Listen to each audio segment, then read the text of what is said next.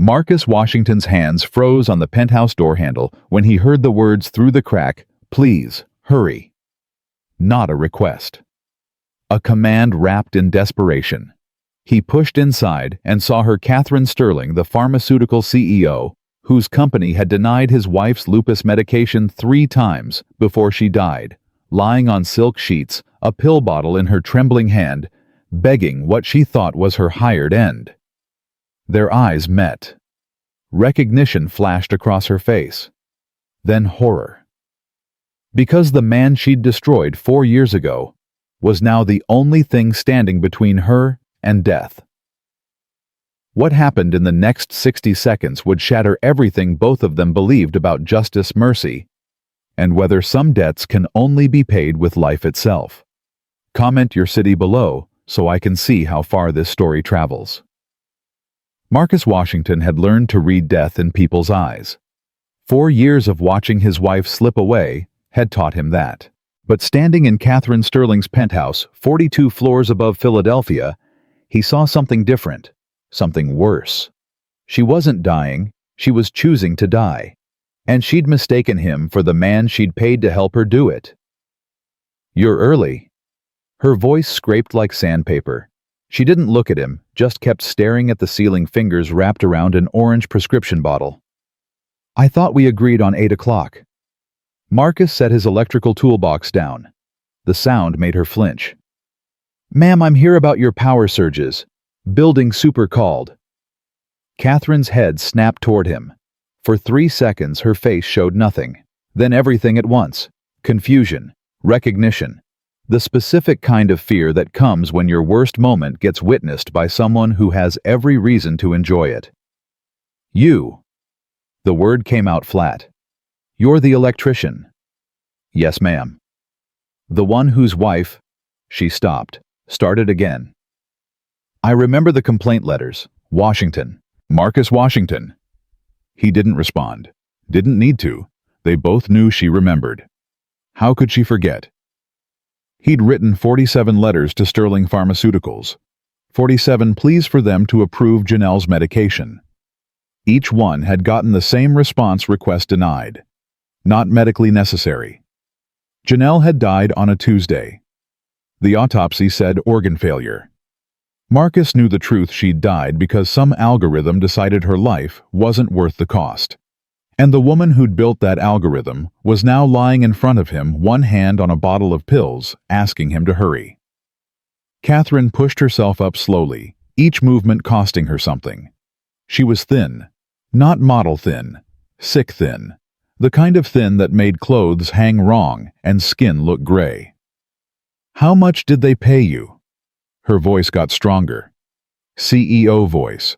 Boardroom voice. "Whatever it is, I'll double it to leave and forget you saw me." Marcus picked up his toolbox. "Not here for your money."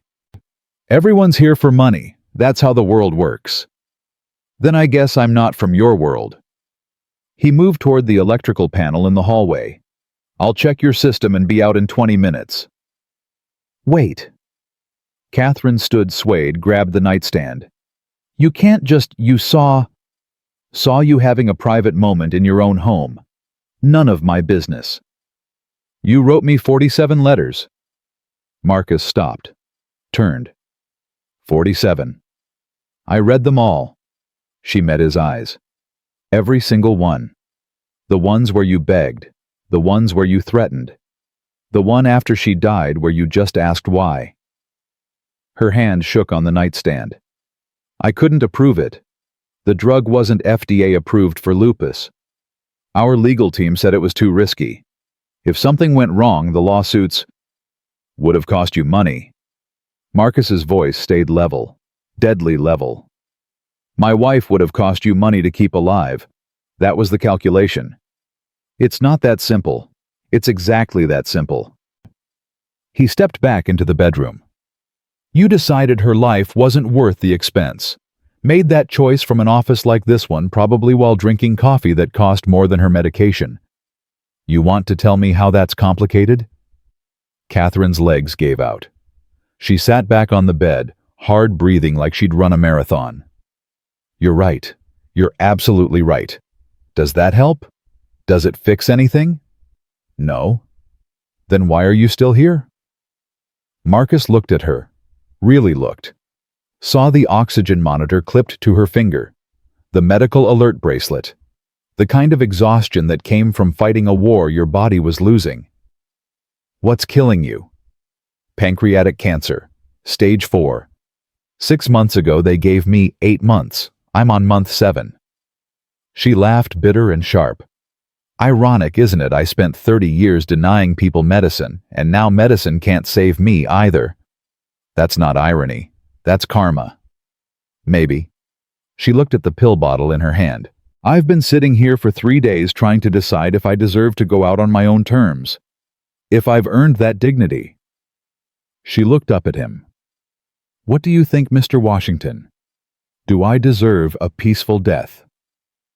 The question hung between them like a blade. Marcus thought about Janelle.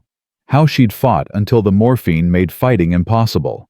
How she'd begged him to promise Kiana would be okay. How her last words were, "I'm sorry," even though she had nothing to apologize for. He thought about coming home from the hospital and having to tell his 8-year-old daughter that Mommy wasn't coming back. About the way Kiana had just nodded like she'd been preparing for it, like even children learned the world was cruel. He thought about the letters, 47 of them, and the silence that answered each one. "No," he said finally.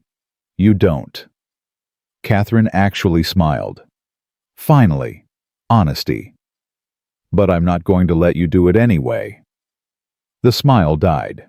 "That's not your choice. You made it my choice when you mistook me for someone else." Marcus set his toolbox down again, deliberate, final. "I came here to fix your electrical system, found you planning suicide instead. I walk out, I'm complicit. I stay, maybe I can stop it." "Why would you want to stop it?" Catherine's voice rose. "You just said I don't deserve." "Deserve's got nothing to do with it." Marcus pulled out his phone, typed something. "My daughter asked me yesterday why some people get to decide they're done living while other people fight for every breath they don't get to take. Said it wasn't fair." He looked up. "She's right. It's not fair. But that doesn't mean I get to play God deciding who lives and dies, based on whether I think they're good enough. So what? You're going to stop me, force me to suffer through months of agony because it makes you feel better?" "No, I'm going to ask you a question." Marcus put his phone away. "What happens to Sterling Pharmaceuticals after you die?" Catherine blinked. "What? Your company? $3 billion you said in that Forbes interview. 3,200 employees. What happens to all of them when you're gone? Why do you care? Because one of those employees might be the next version of me. Another husband begging for medicine you'll deny. Another wife dying because your company decides she's not worth the cost." Marcus crossed his arms. "You die right now tonight, that company goes to whoever's next in line. And I'm guessing that person isn't going to suddenly grow a conscience." Catherine's face went very still. "Garrett Stone, my CFO. He's been positioning himself to take over. He a good man? He's a businessman." "That's not what I asked." She looked away. "No, he's not a good man. He'll gut the company, sell it off piece by piece, fire everyone who gets in his way. Everything I built will become just another acquisition on his resume." "Then you dying right now isn't just killing yourself. It's killing whatever good you could have still done, whatever amends you could have made." "I can't make amends for what I did to your wife." "No," Marcus agreed. "You can't. But you could make sure it doesn't happen to someone else." Catherine laughed again, but this time it sounded like crying. "You want me to live? To suffer through this?" She gestured at her body. "So I can fix my company's soul before I die. That's your pitch. I want you to earn your death." Marcus's voice went quiet, hard. "My wife didn't get to choose when she went. She fought until she couldn't. You want to go out peacefully, then do something worth dying after. Fix what you broke. Change what you built. Make the last thing you do on this earth something that matters. And if I can't, if I'm too sick, too weak, then you try anyway. He picked up his toolbox again. I'm going to check your electrical panel now. Take me about 30 minutes. You've got that long to decide if you're strong enough to do the hard thing or just selfish enough to do the easy one. He walked out before she could respond. Catherine sat on her bed, the pill bottle heavy in her hand. Through the bedroom door, she could hear Marcus working, the sound of tools, the methodical process of fixing something broken. She looked at her phone, at the forum still open, at the contact who'd promised discretion and peace. Then she looked at the water glass on her nightstand, the one Marcus had filled and left for her without being asked. When had anyone last done something for her without wanting something back? When had anyone last treated her like she was human? She set down the pill bottle, picked up her laptop, started typing. The email was to her head of legal. Subject line: Emergency Policy Review, Medication Approval Protocols. She would probably die before the changes took effect. Probably wouldn't live to see whether they made any difference. But Marcus was right about one thing.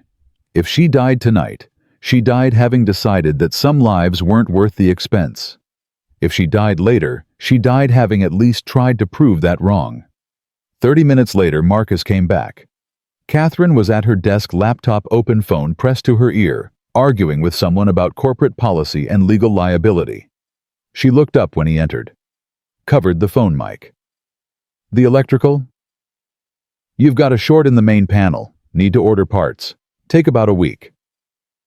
A week? Maybe longer. He met her eyes. Depends on the supply chain. Could take 2 weeks. 3 if there's delays. I'll need to come back and check regularly. Make sure nothing catches fire while we wait. Catherine understood what he wasn't saying. He was giving her a reason, a deadline, a witness. She uncovered the mic, spoke into the phone. I don't care what legal says. I want a committee formed by Monday. Patient advocates, doctors, actual human beings who understand that algorithms don't save lives. People do. She paused. Because I'm the CEO and I said so. That still means something here. She hung up, looked at Marcus. I'll need someone to run this project, someone who understands what it's like to be on the other side of our denials. I fix electrical systems. You fixed me, that's harder. She stood slowly, using the desk for support. I can't pay you enough to make up for what I took from you. Can't give you back your wife. But I can give you a chance to make sure what happened to her doesn't happen to others. She extended her hand. Help me fix this, please. Marcus looked at her hand. At this woman who'd killed his wife through paperwork and corporate policy. Who'd ignored 47 letters and let Janelle die. Who was now offering him the one thing he'd wanted for 4 years, a chance to change the system that had destroyed his family. He thought about Kiana, about the question she'd asked, about whether people who did terrible things deserved second chances. He thought about Janelle, who'd spent her last coherent moments telling him not to let anger eat him alive. That Kiana needed a father who believed the world could be better, not one who knew it was broken. He shook Catherine's hand. Tuesdays and Thursdays, after I drop Kiana at school before I pick her up, 2 hours each day, that's what I can give you. That's enough. Catherine's grip was weak but steady. More than enough. And one more thing. Marcus pulled out his phone, showed her a picture. Kiana, gap-toothed and grinning, holding up a drawing of their small apartment. My daughter. She's 8. She's been asking questions about fairness and justice and why bad things happen to good people. I don't have good answers. Neither do I. Then we'll figure it out together. He put his phone away. She likes to cook. Make soup for people who are having hard times. She's going to want to make you something. I'm not going to stop her. Catherine's eyes filled with tears. She nodded, not trusting her voice. Marcus headed for the door. Paused. Mrs. Sterling. Catherine, please. Catherine. He turned. You asked if you deserved a peaceful death. Truth is, nobody deserves death. Peaceful or otherwise. We just get it anyway. What we deserve is a chance to make our lives mean something before that happens. He picked up his toolbox. You've got some time left. Don't waste it deciding whether you've earned peace. Spend it earning meaning. After he left, Catherine stood in her penthouse, looking at her reflection in the darkened windows. 42 floors up, the city spread below like stars. She'd spent 30 years building an empire, building wealth, building everything except a life worth dying after. Tomorrow she'd start building something different. Tonight, she'd just practice breathing, one breath at a time, one choice at a time, choosing to stay long enough to fix what she'd broken. It wasn't redemption. Redemption wasn't possible, but it was something. Marcus drove home through Philadelphia's late evening traffic, hands steady on the wheel, mind racing. He'd just saved the life of the woman who'd killed his wife, had just agreed to work with her, to help her. Janelle would have understood. Janelle always understood. But would Kiana? He pulled into his apartment building's parking lot, sat in the dark car, and let himself feel everything he'd been holding back. Rage, grief, the bitter satisfaction of seeing Catherine broken and desperate, the horrifying recognition that part of him had wanted to let her die. But he hadn't. Because Janelle had been right. Anger ate you alive, and he had a daughter who needed to believe that people could change. That mercy mattered even when it hurt. He wiped his eyes, grabbed his toolbox, and headed inside. Kiana was at the kitchen table with Mrs. Chen from next door, working on homework. She looked up when he entered, her mother's eyes searching his face. "Dad, you okay?" "Yeah, baby girl, just a long day. Did you help the person who's hurting?" Marcus set down his toolbox, knelt beside her chair. "I'm trying to. It's complicated. Helping people usually is." She said it so matter-of-factly, so certain.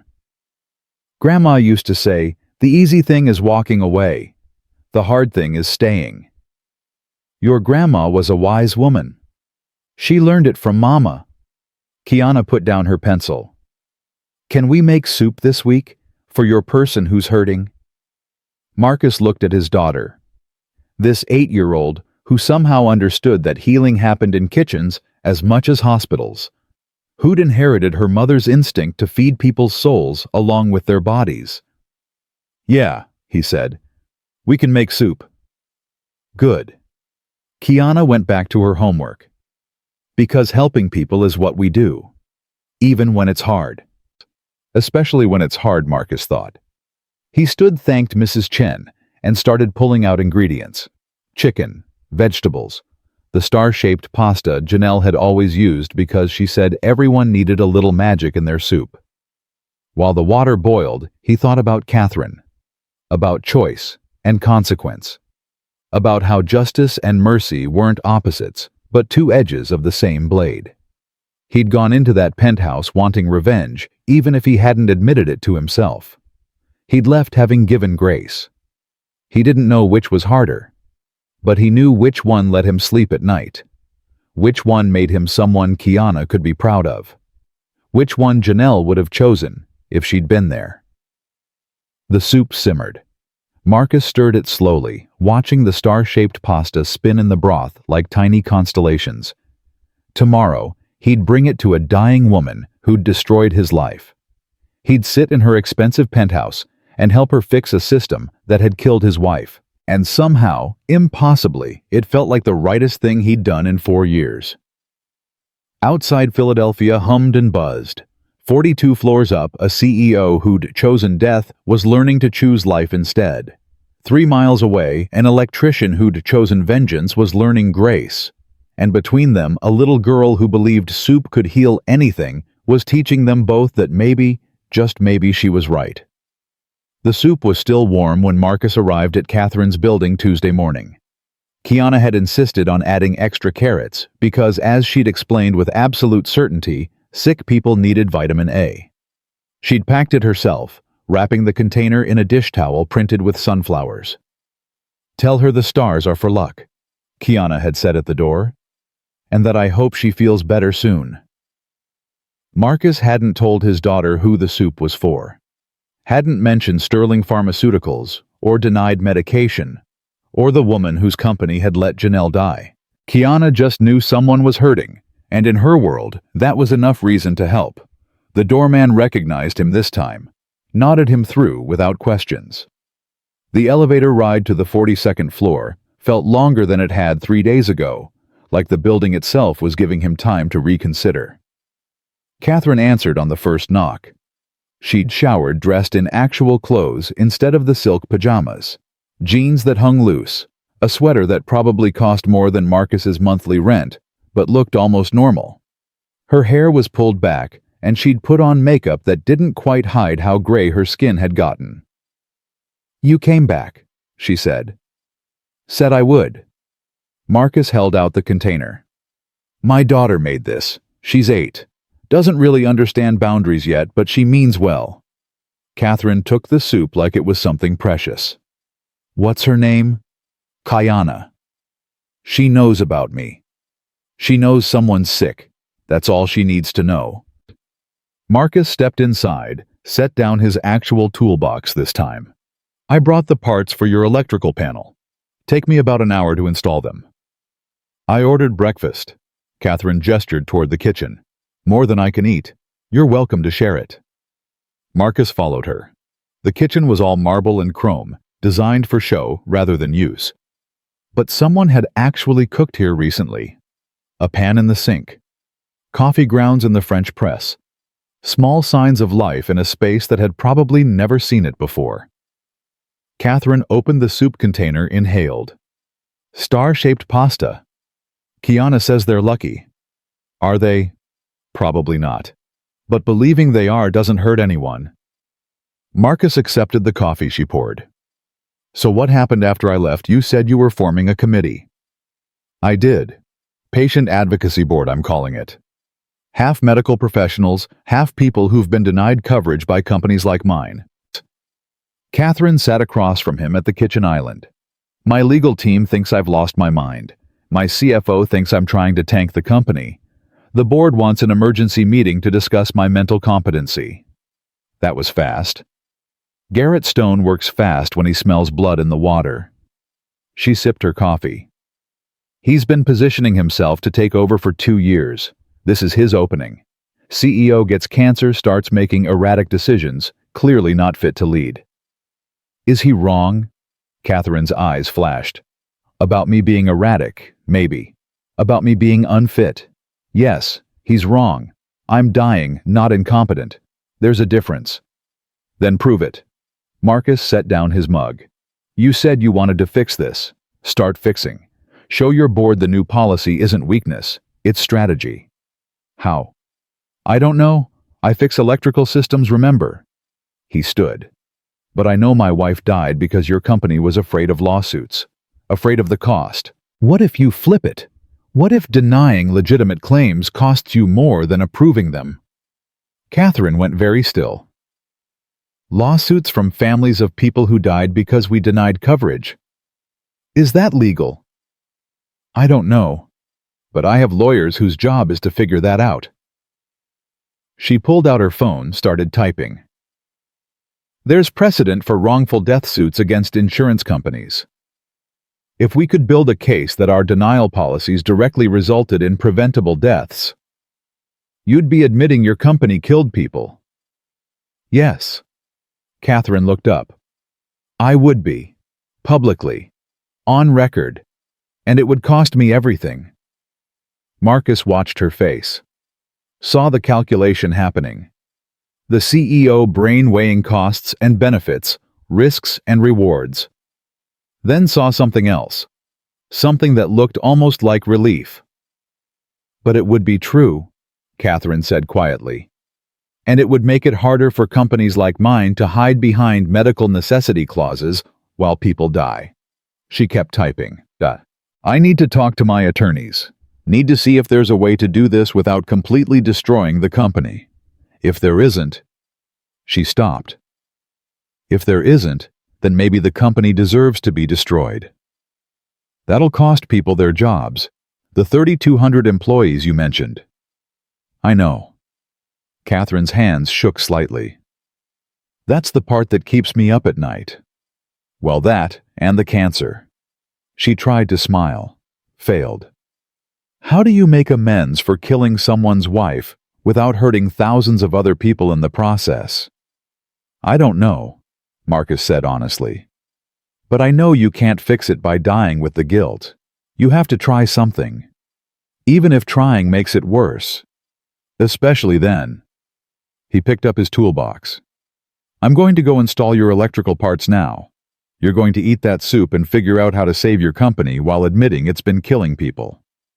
When I'm done, we'll talk about next steps. Catherine watched him leave the kitchen. Then she opened the soup container, found a spoon, and ate while typing emails that would probably end her career. The star-shaped pasta was overcooked. The broth was too salty. It was the best thing she'd tasted in months. 2 hours later, Marcus found Catherine on her phone, pacing the length of the penthouse like a caged animal. She held up one finger, finished her conversation. No, James, I don't care if it sets precedent. That's the point. We're setting a new precedent. She listened. Then we'll deal with that when it happens. Schedule the board meeting for Friday. I want everyone there. She hung up, looked at Marcus. My head attorney thinks I'm committing corporate suicide. He might be right. What did you decide? I'm going to propose a voluntary disclosure program. Sterling Pharmaceuticals will review every medication denial from the past 10 years. Every case where someone died within a year of denial, we'll investigate whether our decision contributed to that death. If it did, we'll reach out to the families, offer settlements, admit fault. Marcus felt something cold settle in his chest. That includes Janelle. Yes. Catherine met his eyes. That includes your wife. I'll have my team contact you, formally, with an offer. You can accept it or refuse it. Sue us or work with us. That's your choice, not mine. I don't want your money. I know, but your daughter might want a college fund someday, or medical care you can't afford, or 1,000 other things that money can't buy back her mother, but might make her life easier. Catherine sat down slowly, exhaustion catching up. I'm not trying to buy forgiveness, Marcus. I'm trying to take responsibility. There's a difference. Marcus thought about Kiana, about the college fund he'd started with Janelle that had gotten emptied paying for funeral costs and catching up on bills. About the way he'd been saving $50 a month and knowing it would never be enough. I'll think about it, he said finally. That's all I'm asking. Catherine pulled out a folder. I also need your help with something else. The Patient Advocacy Board. I need someone to lead it who actually understands what it's like to be denied. Someone who won't let corporate interests override human lives. I told you I'm not qualified. You're the most qualified person I know. Catherine pushed the folder toward him. You spent months navigating our denial system. Wrote 47 letters that I ignored. Watched your wife die because I was too afraid of lawsuits to approve a medication that might have saved her life. That's not a resume. That's a doctorate in what's broken. Marcus opened the folder. Inside were job descriptions, salary ranges, benefit packages, numbers that made his electrician's wage look like pocket change. This is too much. It's what the position requires. You'd be overseeing policy changes across a $3 billion company, coordinating with medical boards' legal teams, patient advocacy groups.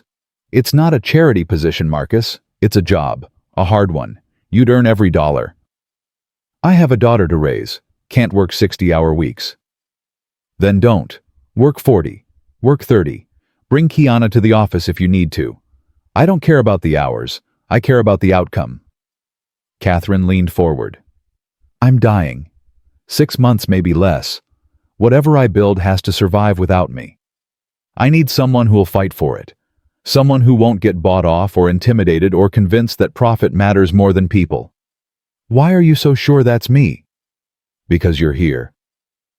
Catherine's voice went quiet. I destroyed your life, Marcus. Killed your wife through negligence and corporate cowardice. You had every right to walk away, to let me die alone with my pills and my guilt. Instead, you brought soup.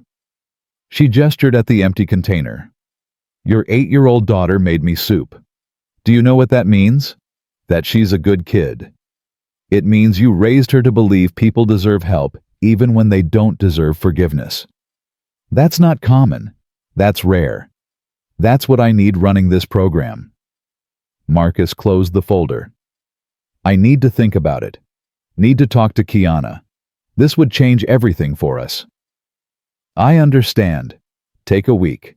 2 if you need it. Catherine stood slowly, using the table for support.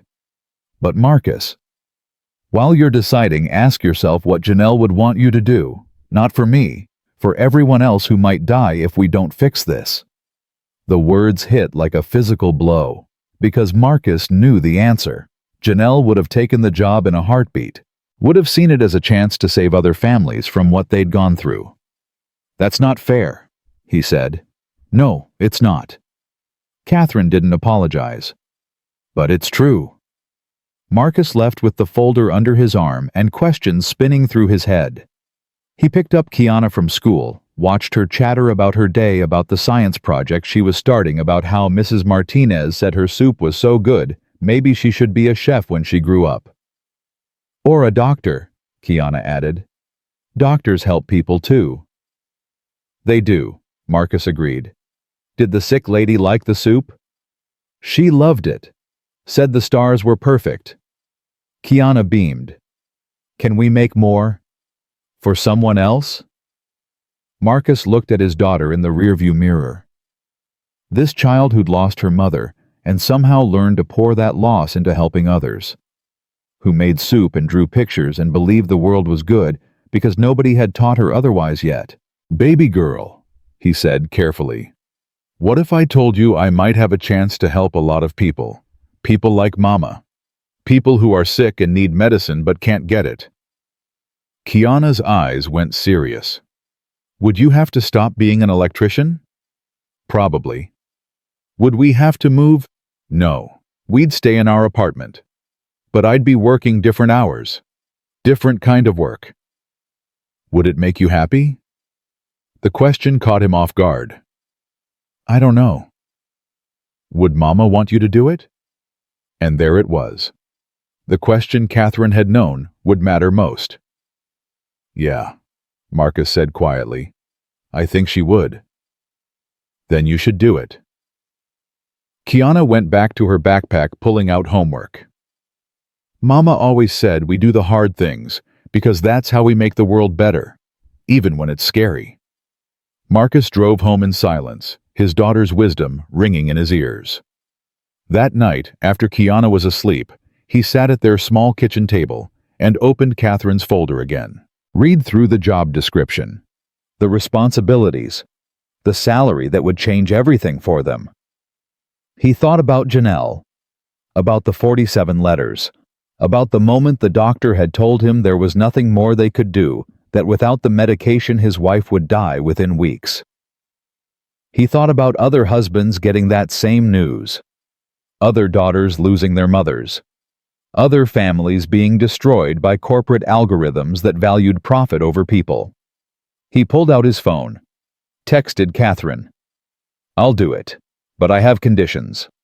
Her response came immediately. Name them. 1. Kiana comes first. Always. If she needs me, I'm gone.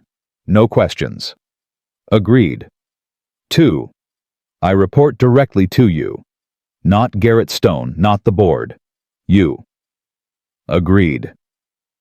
3. When you die, this program doesn't die with you. I need it in writing. Protected. Non-negotiable. The pause was longer this time. Then, I'll have my attorney draft something tomorrow. Anything else? Marcus typed slowly. Yeah, one more thing. I want the names. Everyone who died after Sterling denied their medication. Everyone. I want to know who we failed. Marcus, there are hundreds. I know. I want all of them. Because they deserve someone to remember they existed, that they mattered, that they weren't just numbers in a spreadsheet. Another pause. Then, "You'll have them by Friday. Thank you, Marcus. For this. For everything." Marcus stared at his phone, tried to figure out what to say. Settled on, "Don't thank me yet. We haven't fixed anything." "No, but we're trying. That's more than I was doing a week ago." He set down his phone, walked to Kiana's room. His daughter was asleep, one arm wrapped around the stuffed elephant Janelle had given her for her 4th birthday. In the dim glow of her nightlight, she looked exactly like her mother. Same face, same fierce heart. "We're going to try," Marcus whispered. "We're going to try to fix it. All of it. I don't know if we can, but Mama would want us to try." Kiana stirred, mumbled something in her sleep about stars and soup. Marcus kissed her forehead, went back to the kitchen, and started making a list. Names to contact. Organizations to partner with. Medical boards to consult. 1,000 details that stood between good intentions and actual change. It felt impossible. It felt terrifying. It felt exactly like something worth doing. 3 days later, Marcus walked into Sterling Pharmaceuticals headquarters for the first time. The building was all glass and steel, 30 floors of corporate success, built on the backs of decisions that had killed people like Janelle. Catherine met him in the lobby. She looked worse than she had Tuesday, thinner, grayer, moving slower, but her eyes were sharp. "Ready?" she asked. "No." "Good, neither am I." She handed him a badge. "You're officially Director of Patient Advocacy as of this morning. Your office is on the executive floor, next to mine." "I don't need—" "Yes, you do. The board needs to see you as leadership, not charity. You're not my pet project, Marcus. You're the person who's going to revolutionize how this company operates. Act like it." They rode the elevator in silence. When the doors opened on the executive floor, every conversation stopped. Every head turned. Marcus felt the weight of their stares. Knew what they were thinking. Who was this electrician who'd somehow talked his way into an executive position? Catherine must have felt it too. She spoke loudly enough for everyone to hear. "This is Marcus Washington. He's our new Director of Patient Advocacy. He'll be leading the policy review I announced Monday. Anyone who has questions can direct them to me. Anyone who has problems with it can direct those to me too." She looked around. "Are we clear?" Silence. Then someone started clapping. Slowly at first. Then others joined. Not everyone. But enough. Marcus followed Catherine to his new office. It was bigger than his entire apartment.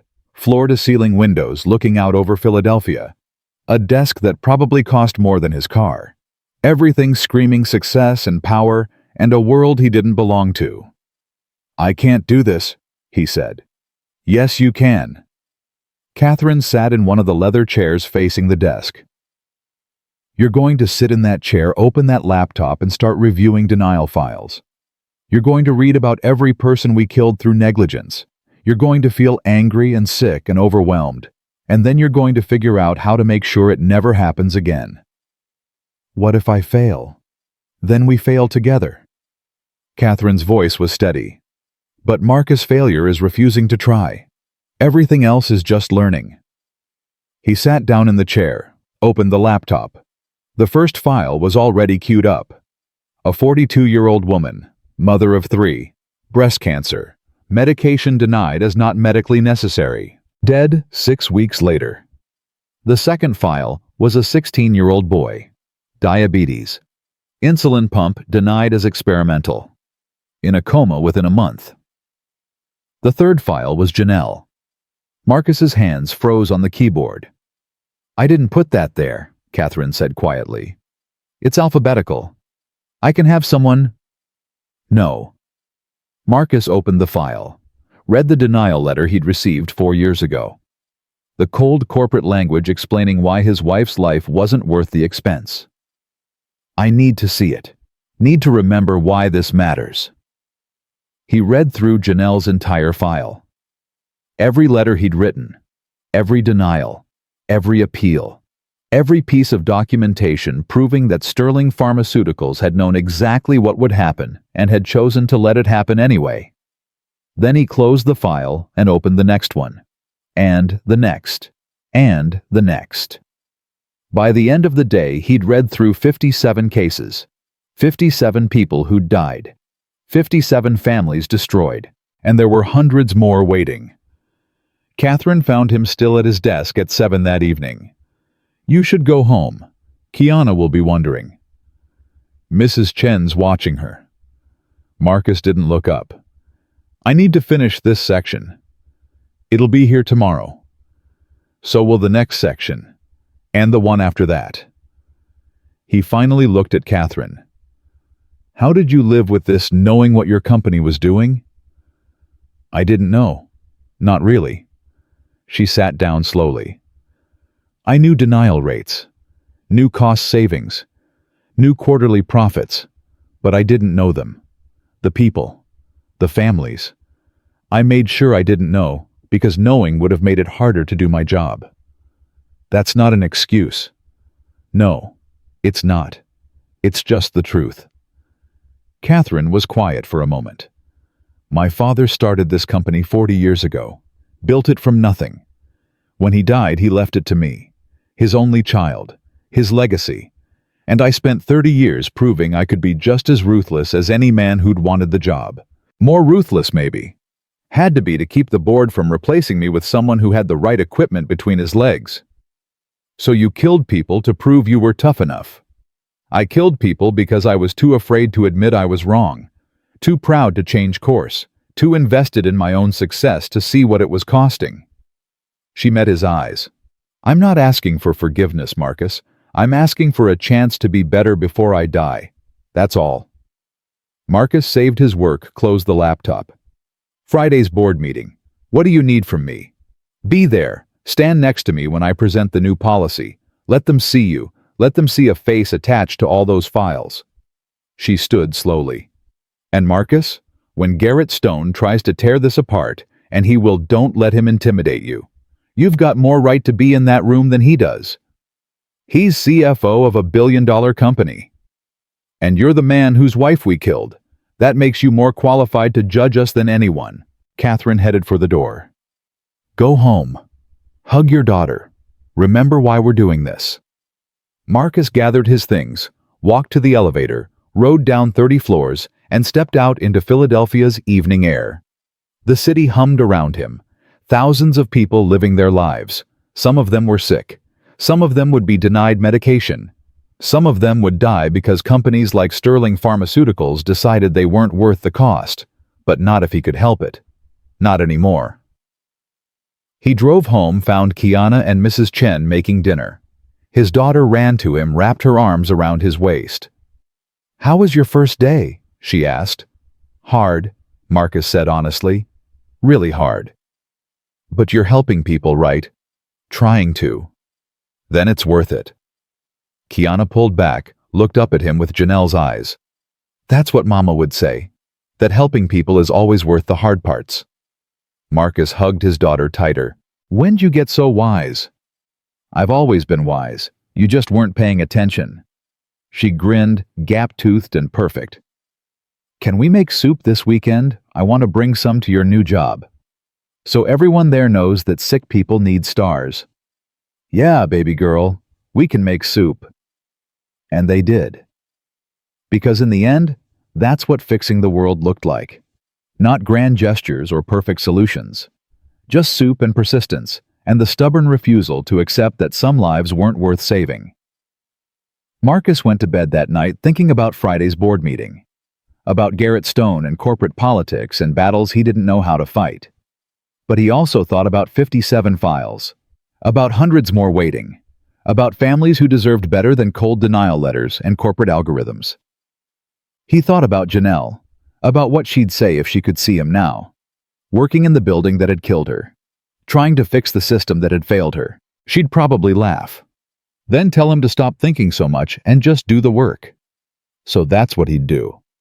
Friday morning arrived with rain hammering Philadelphia's streets, and Marcus standing in front of his bathroom mirror, trying to knot a tie Janelle had bought him 6 years ago for a job interview he'd never gotten. His hands shook. The tie hung crooked. "Dad, you're making it worse."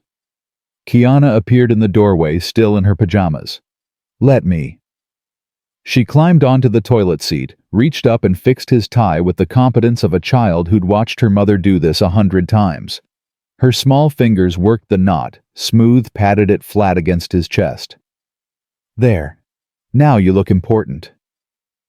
"I don't feel important. I feel like I'm about to throw up."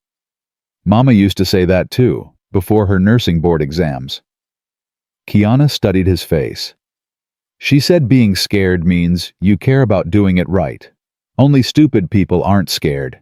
Your mama was never scared of anything. Yes, she was. She was scared all the time. She just didn't let it stop her. Kiana hopped down. "You're going to be great, Dad. You're going to help people. That's what we do." Marcus drove through the rain to Sterling Pharmaceuticals, thinking about fear and courage and the difference between the two. The parking garage was already full. He found a spot on the 5th level, sat in his car for 5 minutes, practicing what he'd say if anyone asked him questions he couldn't answer. Catherine was waiting in the lobby. She wore a black suit that probably cost more than Marcus's monthly salary, but it hung wrong on her frame. She'd lost more weight. Her cheekbones were too sharp. Her hands trembled slightly as she handed him a folder. "The presentation," she said. "I'm leading, but I'll call on you for the patient perspective. Just speak from the heart. Tell them about Janelle. About the 47 letters. Make them see her as a person, not a statistic." "I don't know if I can do that without—" Marcus stopped. "Without losing it. Then lose it. Let them see what their policies cost." Catherine pressed the elevator button. "Garrett's going to try to make this about numbers and liability and shareholders. You need to make it about human beings, about families, about the difference between what's legal and what's right." The elevator climbed. Marcus watched the numbers tick higher and felt his stomach drop lower. "What if they don't care?" he asked. "What if they hear everything and still vote it down? Then we lose. And I spend my last few months watching everything I built stay broken." Catherine looked at him. "But at least we tried. That has to count for something." The boardroom took up half the 30th floor. 18 people sat around a table that probably cost more than Marcus's car. Lawyers, board members, executives whose names Marcus had read in the files, people who'd signed off on denial after denial, meeting after meeting, where they'd prioritized profit over people. Garrett Stone sat at the far end looking like a man who'd already won. Mid-40s, perfect hairsuit, so expensive, it probably came with its own insurance. He smiled when Catherine and Marcus entered. "Catherine, good to see you up and around. We've been worried." His eyes slid to Marcus. "And you brought a guest. How unexpected." "This is Marcus Washington, Director of Patient Advocacy. He'll be presenting with me today." Catherine took her seat at the head of the table. Marcus stood behind her folder, clutched like a shield. "Director of—" Garrett's smile widened.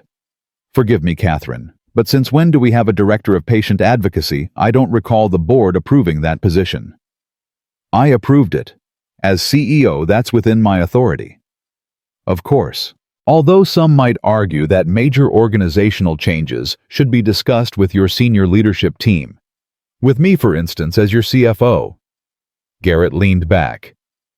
"Especially when those changes involve creating 6-figure positions for—" He glanced at Marcus. "Electricians." The word landed like a slap.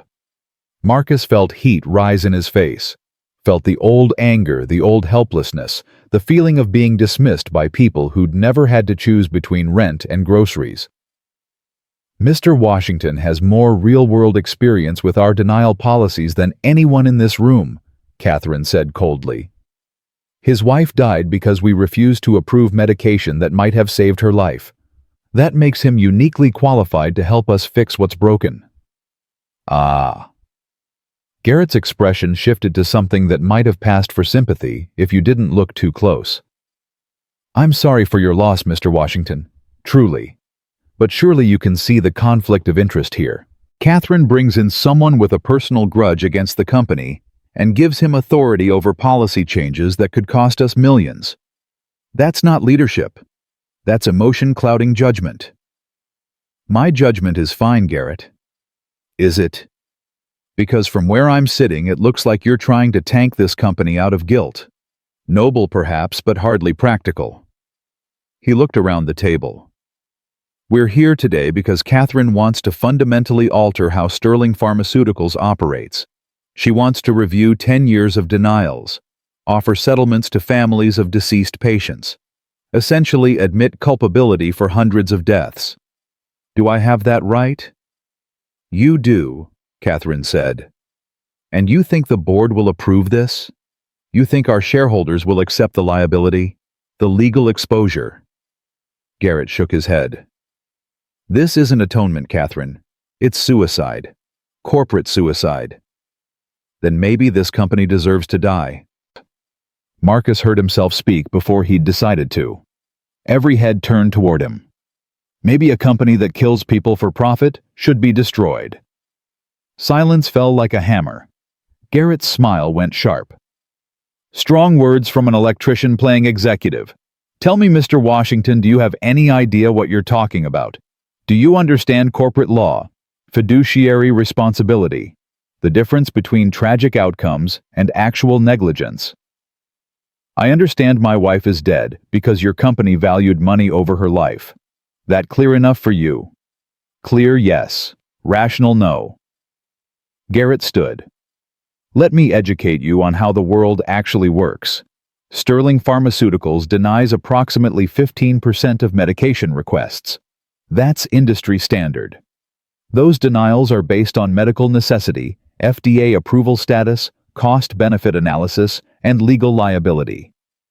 We don't just arbitrarily decide who lives or dies. We follow protocols established by medical professionals and legal experts. Protocols that let my wife die. Protocols that save this company from bankruptcy, from lawsuits, from making promises we can't keep. Garrett moved around the table. Your wife's case was reviewed by 3 separate doctors. All 3 agreed the medication she requested was experimental for lupus treatment. Not FDA approved for that condition. We could have approved it and faced massive legal liability if something went wrong.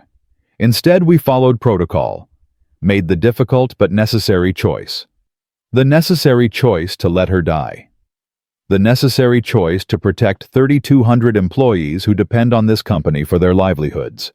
The necessary choice to ensure Sterling Pharmaceuticals stays solvent enough to approve the 85% of requests we do approve. Garrett leaned against the table. I'm sorry about your wife. Genuinely. But one tragedy doesn't justify destroying a company that helps thousands of other patients. Marcus felt something break inside him. Not anger, something colder. How many people has Sterling killed in the last 10 years? That's inflammatory language. Answer the question. How many people died within a year of having medication denied? Garrett looked at Catherine. You gave him access to those files. I did. Then he already knows the answer. Approximately 400 cases where patients died within 12 months of denial. Correlation. Mr. Washington, not causation. Many of those patients were terminal, would have died regardless of medication. You can't blame every death on 400. Marcus's voice cut through the room. 400 families got letters like the one I got. Got told their loved ones weren't worth the expense. Got to watch them die knowing a company somewhere had decided their lives didn't matter enough. That's not what happened. That's exactly what happened. You can dress it up in medical terms and legal language and corporate policy, but at the end of the day, you decided. You and everyone at this table. You decided my wife wasn't worth saving. Decided 400 other people weren't worth saving. Because saving them might cost you money. The room erupted. 3 board members talking at once. Lawyers conferring in urgent whispers. Someone demanding Marcus be removed. Someone else demanding to see the files he was referencing. Garrett held up a hand. The room quieted. "Let me be very clear," he said. "If we do what Catherine is proposing, if we admit fault offer settlements, change our denial protocols, we will be sued into oblivion. Every family who's ever been denied will come after us. Every competitor will use this as ammunition. Every shareholder will flee. Sterling Pharmaceuticals will cease to exist within a year." "Good," Marcus said. "Good. You want 3,200 people to lose their jobs. Want thousands of patients to lose access to the medications we do approve. Want to destroy a company because you're angry. I'm not angry. I'm heartbroken. There's a difference." Marcus pulled out his phone, opened a photo. Janelle in her hospital bed, 2 weeks before she died. Kiana curled up next to her, both of them smiling for the camera, even though they both knew what was coming. "This is my wife. Her name was Janelle. She was a nurse, spent her life helping people. When she got sick, she kept working until she literally couldn't stand up anymore because she didn't want to leave her patients without care. She was 34 years old when your company decided she wasn't worth saving." He set the phone on the table, slid it toward Garrett. "Look at her. Look at my daughter. And tell me again how letting them suffer was the necessary choice." Garrett didn't look down. "I'm sorry for your loss, but personal tragedy doesn't change the reality of what Catherine is proposing. Then let me make it real for you another way." Catherine pulled out her own folder, slid it across the table. "These are projections. What happens if we don't change our denial policies? How many lawsuits we'll face when someone finally decides to hold us accountable? How much it'll cost us in legal fees, settlements, reputation damage. Turns out, Garrett, your necessary choices are about to bankrupt us anyway." Garrett opened the folder. His face went still. "I've spent the last week with our legal team and a crisis management firm," Catherine continued, "analyzing worst-case scenarios. And here's what they told me. We're already facing 3 class action lawsuits from families of denied patients. 2 more are being filed next month. Every single one has merit. Every single one will cost us millions to settle or litigate. And once those cases go public, the floodgates open. This is speculation. This is reality. Our denial policies are legally defensible but morally indefensible. And increasingly, juries are siding with morality over corporate policy. We've lost 4 out of our last 6 wrongful death cases. 4. We're bleeding money defending decisions that even our own lawyers admit make us look like monsters." Catherine stood slowly. "So here's what we're going to do. We're going to get ahead of it. We're going to admit fault before we're forced to. We're going to change our protocols before judges change them for us. And we're going to do it because it's the only way Sterling Pharmaceuticals survives the next 5 years." "You're dying," Garrett said flatly. "You won't be here in 5 years. Why do you care what happens to this company after you're gone?" "Because I built it. Because my father trusted me to protect it. Because 3,200 people depend on it." Catherine's voice went quiet. "And because I don't want the last thing I do on this earth to be defending a system that kills people. I want to fix it. That's my legacy. Not profit margins, not shareholder value. Actually giving a damn about whether patients live or die. This is insane. This is necessary, and you know it. You've seen the same projections I have. You know we're vulnerable. You know the lawsuits are coming. You know our current policies can't survive public scrutiny." Catherine looked around the table. "So we have 2 choices. We change now on our terms with some control over the narrative. Or we change later, after we've been dragged through court and lost everything anyway. Those are the options." One of the board members cleared her throat. Margaret something. Marcus had seen her name in the files. She'd voted to uphold Janelle's denial. "What exactly are you proposing, Catherine?" "A complete overhaul of our medication approval process. The Patient Advocacy Board will review every denial, not just for legal liability, but for medical necessity, as defined by patient outcomes, not cost. We'll establish a fund for settlements with families of patients who died after denial. We'll publicly acknowledge our role in those deaths, and we'll commit to transparency moving forward. That'll cost hundreds of millions. It'll cost less than the lawsuits, less than the reputation damage, less than watching this company implode because we were too proud to admit we'd been wrong. Catherine sat back down, slowly, painfully. I'm not asking you to bankrupt Sterling. I'm asking you to save it. This is the only way forward. Garrett's jaw worked. And if the board disagrees, if we vote this down, then I'll take it public myself. I'll hold a press conference.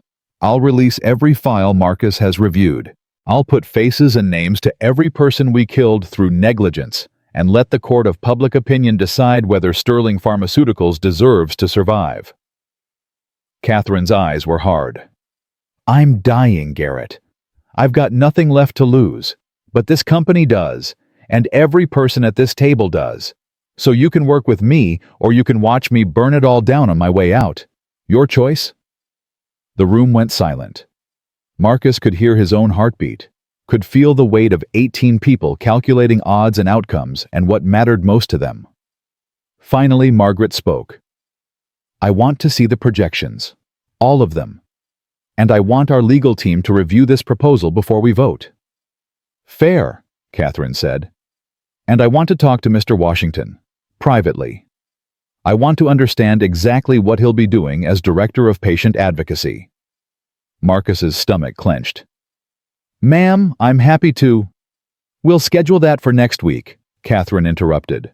Give Marcus time to settle into his role. Give you time to review the materials. Margaret nodded slowly. 1 month. We'll revisit this in 1 month. Catherine, you'll present a detailed implementation plan. Marcus, you'll show us what patient advocacy looks like in practice. Garrett, you'll provide alternative proposals if you have them. Then we'll vote. 1 month isn't enough time, Garrett started. 1 month is what you have. Because Catherine's right about one thing. The lawsuits are coming. I've seen them. And if we don't get ahead of this, we'll spend the next decade in court. Margaret gathered her things. Meeting adjourned. Catherine, Marcus, my office in 15 minutes. I have questions. The board filed out. Garrett stayed behind, standing at the window looking out at Philadelphia in the rain. You think you've won, he said without turning around. You think bringing in some grieving widower with a sob story is going to change 30 years of corporate policy. It won't. This board cares about money, about survival, not feelings. Then we'll make them care, Marcus said. You can't, because at the end of the day they're going to look at the numbers, the real numbers, not Catherine's cherry-picked projections. They're going to see what this will actually cost. And they're going to choose the company over a few hundred dead patients nobody remembers. I remember. Marcus moved toward the door. And I'm going to make sure everyone else does too. Garrett finally turned. You're going to regret this. Taking this job. Working with her. Thinking you can change anything. This system is bigger than you. Bigger than Catherine. Bigger than your dead wife. It doesn't change because one man wants it to. It changes when powerful people decide it's profitable to change. And right now, it's not. Then I guess I'll have to make it profitable. Marcus left before Garrett could respond. Catherine was waiting in the hallway. She looked exhausted, pale, but her eyes were bright. You did good in there, she said. I almost blew it, almost lost my temper. You showed them it mattered, that these aren't just numbers. That's exactly what we needed. She started walking slowly toward Margaret's office. 1 month. That's what we've got to prove this works. How? I don't know yet, but we'll figure it out. Catherine stopped, leaned against the wall, caught her breath. Marcus, I need to tell you something. In case I don't make it to the final vote. Don't talk like that. I'm dying. We both know it. Could be 6 months. Could be 6 weeks. I need you to be ready to do this without me." She met his eyes. "If I die before the vote, Garrett takes over as interim CEO. He'll kill this program immediately. Fire you. Bury everything we've built. You need to be ready for that." "How do I fight him alone?" "You don't. You go public. You take everything we've documented and you give it to the press. You make so much noise they can't ignore it. You make this about more than Sterling Pharmaceuticals. You make it about every company that does what we did. You start a movement." Catherine pushed off the wall. "But that's worst case. Best case, I live long enough to get this implemented, to see it working, to know that the last thing I did actually mattered." "It already matters." "Not yet. Not until it saves someone. Not until some other husband doesn't get a denial letter. Some other daughter doesn't lose her mother." Catherine started walking again. "That's when it matters. When we actually fix it." Margaret's office was smaller than Catherine's, but somehow more intimidating. Books lined the walls. Medical journals. Legal precedents. A woman who'd done her homework and expected everyone else to do theirs. "Sit," she said when they entered. "Both of you." They sat. Margaret studied them over her desk like a judge weighing sentence. "I voted to uphold your wife's denial," she said to Marcus. "Did you know that?" "Yes, ma'am.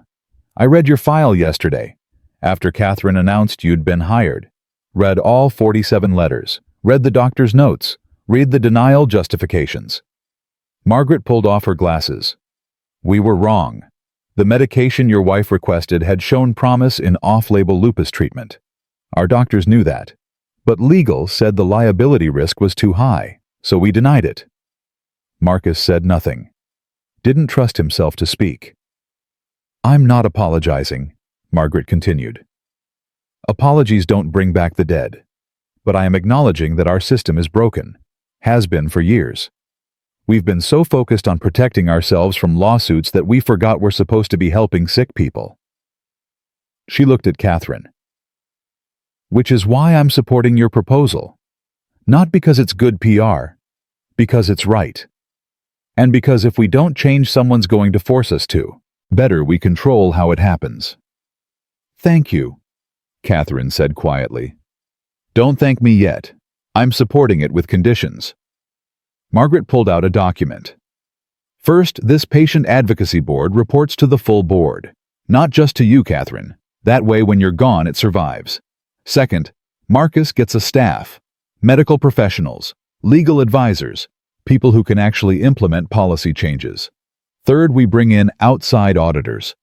Independent review of every denial from the past 10 years. No internal cover-ups. Fourth, whatever we find, we publish. Full transparency. No hiding behind attorney-client privilege." "Those are good conditions," Marcus said. "They're necessary conditions. Because what Catherine's proposing won't work unless we commit fully. Half measures will make us look weak and guilty. Full transparency makes us look honest and accountable. There's a difference." Margaret handed them the document. "You have 1 month to show me this can work. One success story. One family we help instead of hurt. One patient who gets approved because of the new protocols. Show me that, and I'll convince the rest of the board." They left Margaret's office with marching orders and 1 month to change everything. Marcus checked his phone. 3 missed calls from Mrs. Chen. His stomach dropped. "I have to go," he said to Catherine. "Kiana." "Go. We'll debrief Monday." Catherine watched him rush toward the elevator. "Marcus, you did good today. Really good." He barely heard her, was already calling Mrs. Chen back. She answered on the first ring. "Marcus, I'm sorry to bother you, but Kiana's school called. She got in a fight. They want you to come pick her up." Marcus's world tilted. "A fight Kiana doesn't fight. Are you sure?" "They said she punched another student. That's all I know." "I'm sorry, Marcus. I'll wait here for you." He drove through the rain, thinking about board meetings and policy changes and his 8-year-old daughter who'd never heard anyone in her life punching someone hard enough to get suspended. The school principal met him in the office. Kiana sat in a chair outside, her knuckles red, her face streaked with tears. "Mr. Washington, thank you for coming. I'm afraid Kiana's behavior today was completely unacceptable." "What happened?" Marcus knelt in front of his daughter. "Baby girl, what happened?" Kiana's face crumpled. "Tyler said Mama died because we were too poor to afford medicine. Said that's what happens to poor people. They just die." She looked up at him with Janelle's eyes burning. "So I hit him. Because Mama didn't die because we were poor. She died because people like Tyler's dad decided she wasn't worth saving." And there it was. The truth Marcus had been trying to protect her from. The reality that no amount of soup or star-shaped pasta could fix.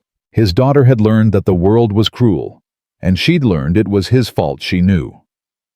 Marcus pulled Kiana into his arms right there in the principal's office, not caring about protocols or professional conduct, or the fact that the principal was mid-sentence explaining suspension policies.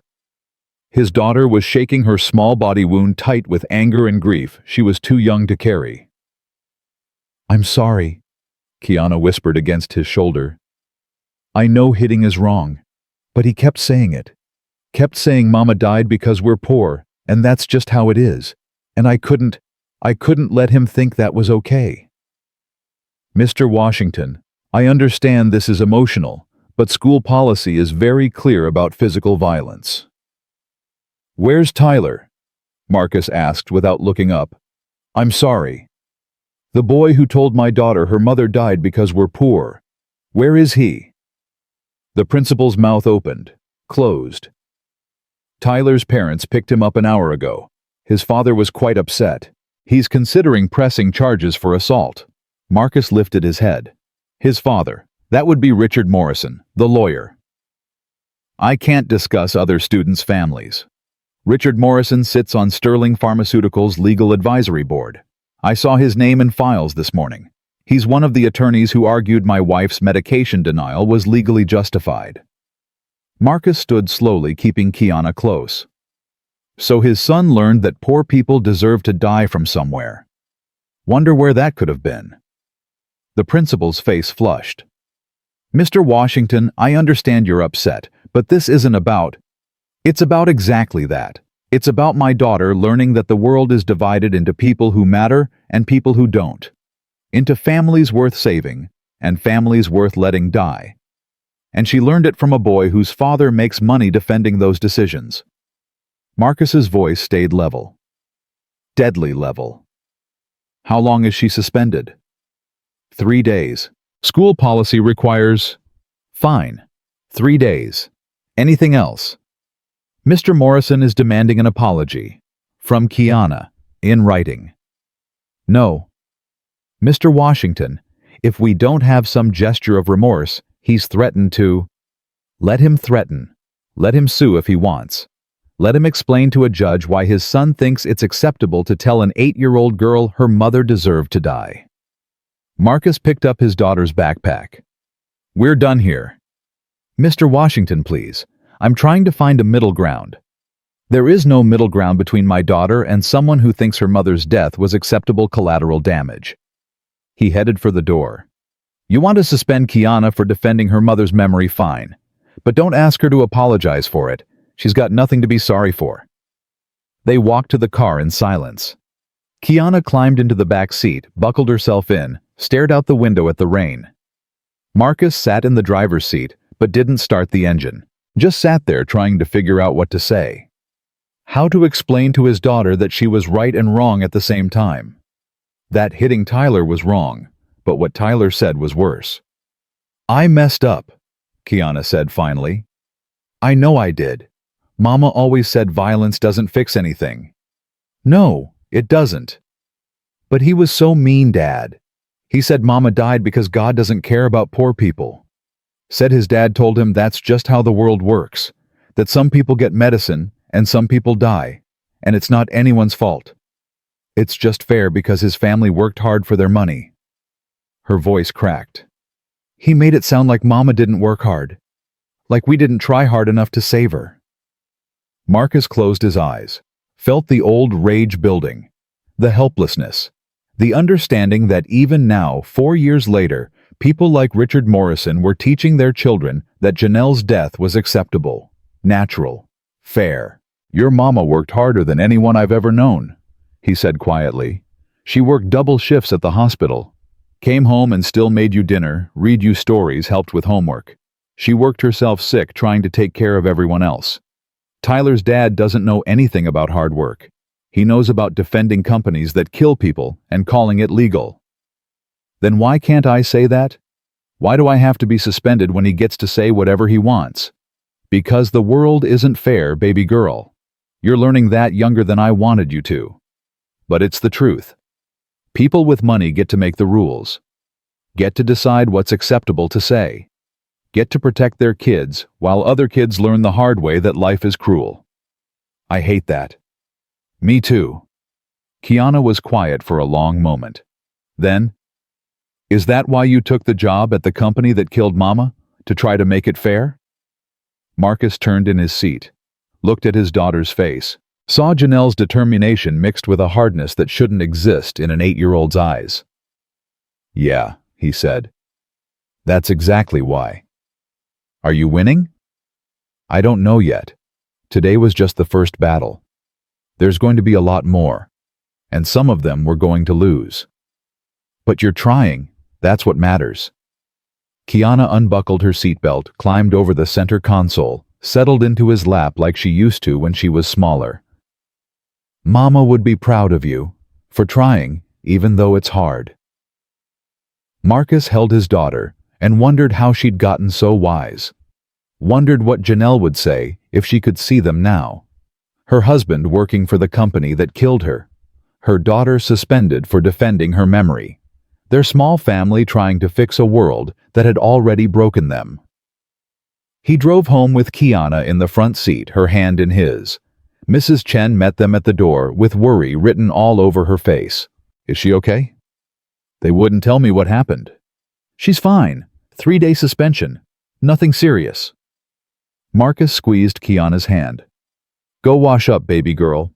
I need to talk to Mrs. Chen." Kiana disappeared into the bathroom. Marcus sat at the kitchen table, suddenly exhausted. Mrs. Chen put a cup of tea in front of him without asking. "What happened?" she asked. Marcus told her. About Tyler. About Richard Morrison.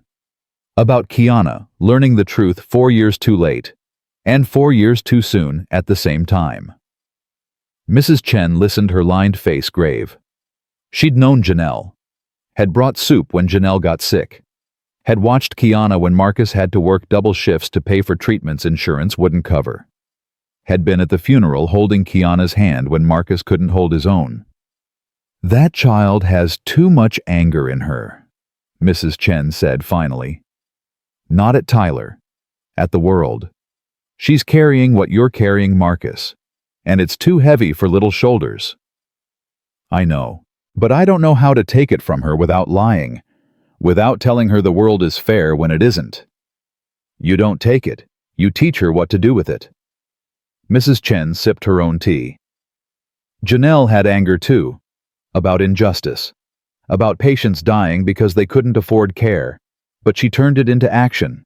Into helping people. That's what Kiana needs to learn.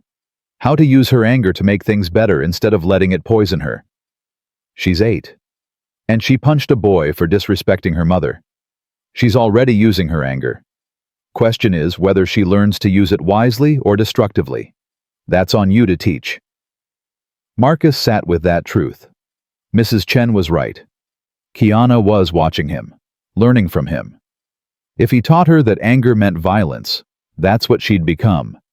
But if he could show her that anger could fuel change, could drive justice, could make the world better. His phone buzzed. Text from Catherine. "How's Kiana?" He typed back, suspended. "Long story. Come by tomorrow if you can. Need to talk about next steps. And bring Kiana if she wants to see the office." Marcus stared at the message.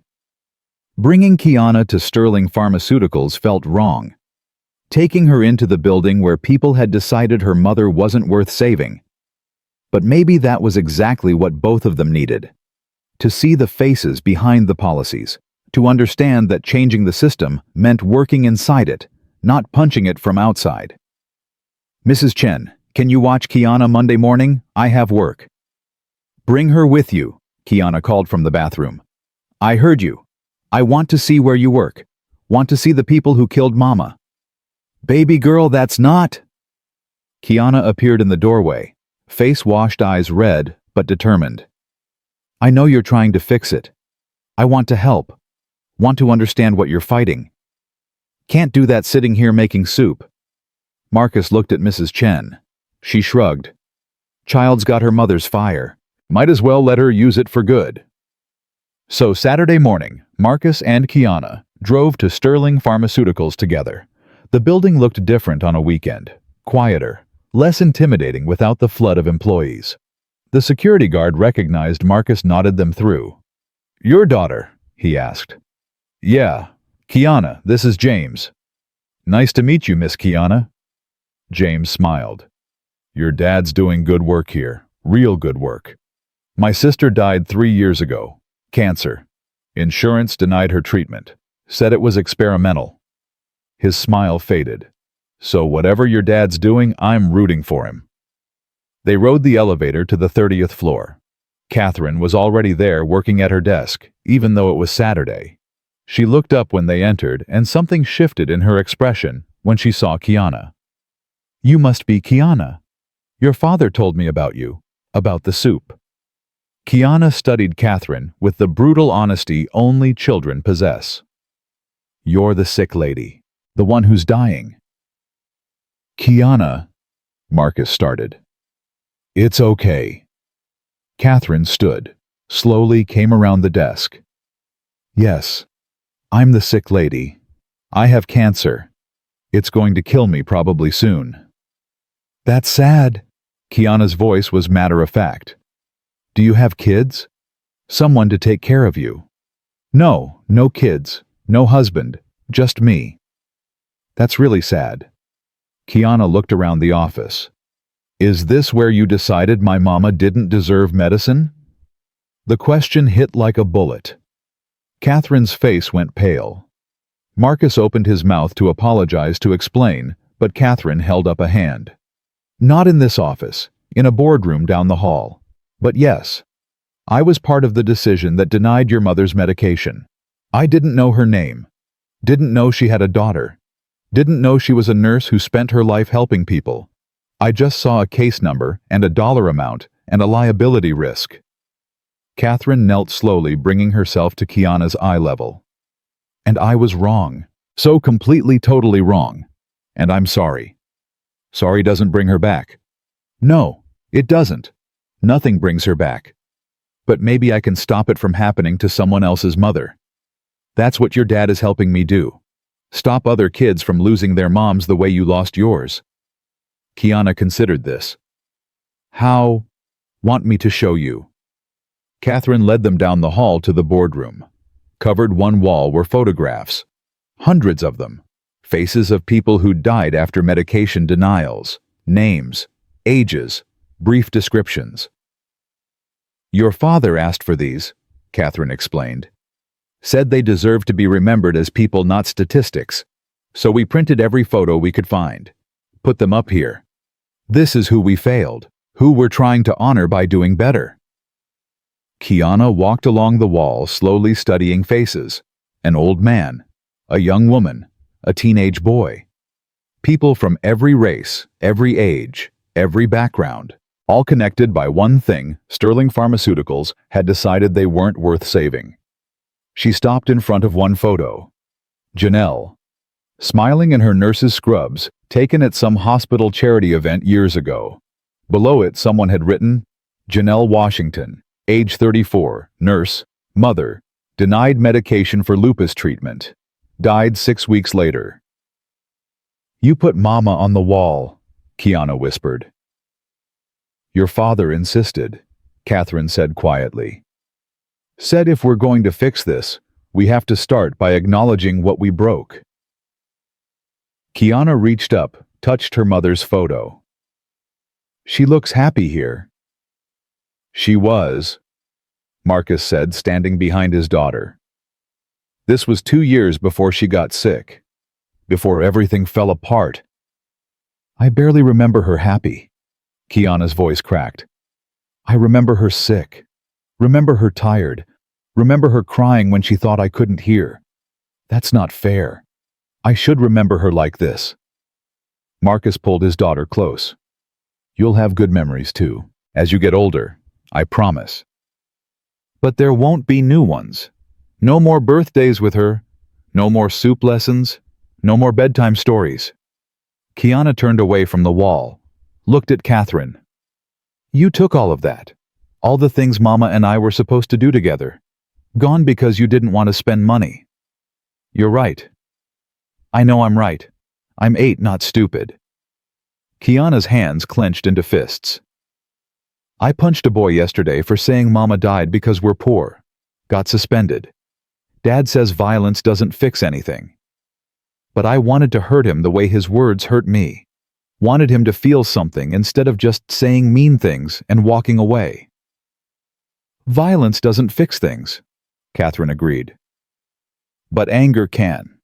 If you use it right. If you let it fuel change instead of just destruction. How? You help people. You make soup like your dad told me you do. You remind the world that behind every policy, every denial, every decision, there are real people, real families. You make them see what they're doing, force them to look at walls like this, and remember that numbers have names. Catherine gestured at the photos. Your father is doing that, making it impossible for Sterling Pharmaceuticals to hide from what we've done. You can help him, or you can punch more boys. Your choice. Kiana looked at the wall again. At her mother's face frozen in time. At hundreds of other faces surrounding her, all of them representing families broken by corporate decisions. If I help, will it bring Mama back? No. Will it stop me from being angry? Probably not. Might even make you angrier, because you'll learn exactly how many people made decisions that killed your mother. How many chances they had to do the right thing and chose not to. Catherine's voice was steady. But it might save someone else's mother. Might stop another kid from standing in front of a wall like this, looking for their parent's face. That has to count for something. Does it?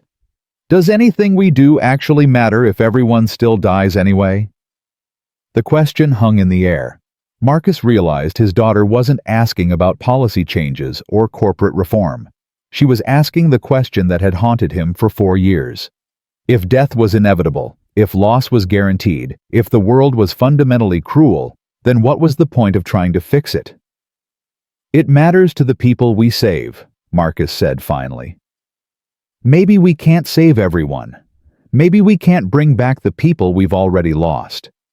But if we can stop even one family from going through what we went through, then, yes, it matters. But it won't stop hurting. Will it missing Mama? That won't ever stop. No, baby girl, that won't stop. But maybe helping other people will make the hurt mean something, will make Mama's death count for something beyond just being sad. Kiana studied the wall for another long moment. Then she pulled out her phone, took a picture of her mother's photo. I'm going to make a scrapbook, she announced, of everyone on this wall, their names, their stories, what they did before they died, who loved them. So when people see these photos, they don't just see victims. They see people, real people who mattered. Catherine's eyes filled with tears. That's a beautiful idea. It's not beautiful. It's necessary. Kiana's voice was firm. 8 years old and already understanding what adults spent lifetimes avoiding. Dad says people at that board meeting talked about Mama like she was just a number, a cost, something to be calculated and dismissed. But she wasn't. She was a person, and so were all these other people. Someone needs to make sure everyone remembers that. Then you'll need help, Catherine said. Most of these families we don't have much information, just medical records and denial letters. If you want their real stories, you'll have to find them, talk to them, ask them to share memories. That sounds hard. It will be. Really hard. Some families won't want to talk to anyone from Sterling. Some are still too angry. Some have moved on and won't want to relive the pain. Catherine pulled out her phone. But I have contact information for about 60 families who've been part of lawsuits against us. Families who've already made their stories public. We could start there. Okay. Kiana held out her hand. Send them to my dad's email. I'll write letters. Ask if they want to share about their person. Promise them I'll tell their stories right. Marcus watched his daughter transform in real time. Watched her take the anger and grief and helplessness and channel it into something purposeful. Something Janelle would have done. They spent the next 3 hours in that boardroom. Catherine pulling files, Marcus taking notes, Kiana writing careful letters on Sterling Pharmaceuticals' letterhead, introducing herself as the daughter of a woman the company had failed, asking if other families would share their stories so their loved ones could be remembered as people, not statistics. By the time they finished, Kiana had written 18 letters. Her hand cramped. Her eyes were red from crying while reading about other families' losses. But her voice was steady when she asked Catherine where they should mail them. I'll have my assistant send them out Monday, Catherine promised. And Kiana, thank you for this, for being brave enough to turn your pain into something that matters. I'm not brave. I'm just tired of being sad and not doing anything about it. They drove home in the late afternoon light. Kiana was quiet, staring out the window, processing everything she'd learned. Finally, she spoke. Dad, do you think we're going to win, actually change things? I don't know. Hope so. But even if we do, even if Sterling changes and approves more medicine and saves more people, there will still be other companies, other families, other kids losing their parents. She looked at him. It's never going to be fixed, is it? Not completely. Marcus wanted to lie. Wanted to tell his daughter that if they just worked hard enough, fought long enough, they could fix everything. Make the world fair. Ensure no one else suffered the way they had. But she deserved the truth. No, it's never going to be completely fixed. There will always be companies that value profit over people. Always be systems that fail the vulnerable. Always be injustice we can't prevent. He pulled into their apartment complex parking lot. But that doesn't mean we stop trying. It means we fight the battles we can win. Save the people we can save. Make the small corner of the world we can reach a little bit better. And we teach other people to do the same. That's how change happens. Not all at once. One person, one family, one policy at a time. That sounds exhausting. It is. But you know what's more exhausting? Giving up. Accepting that the world is terrible and nothing matters and we're all just waiting to die. That's what kills people, baby girl. Not cancer, not lupus. Giving up. Deciding your pain is all you are. He turned off the car. Your mama never gave up. Even at the end. Even when she knew she was dying. She spent her last days making me promise I'd take care of you.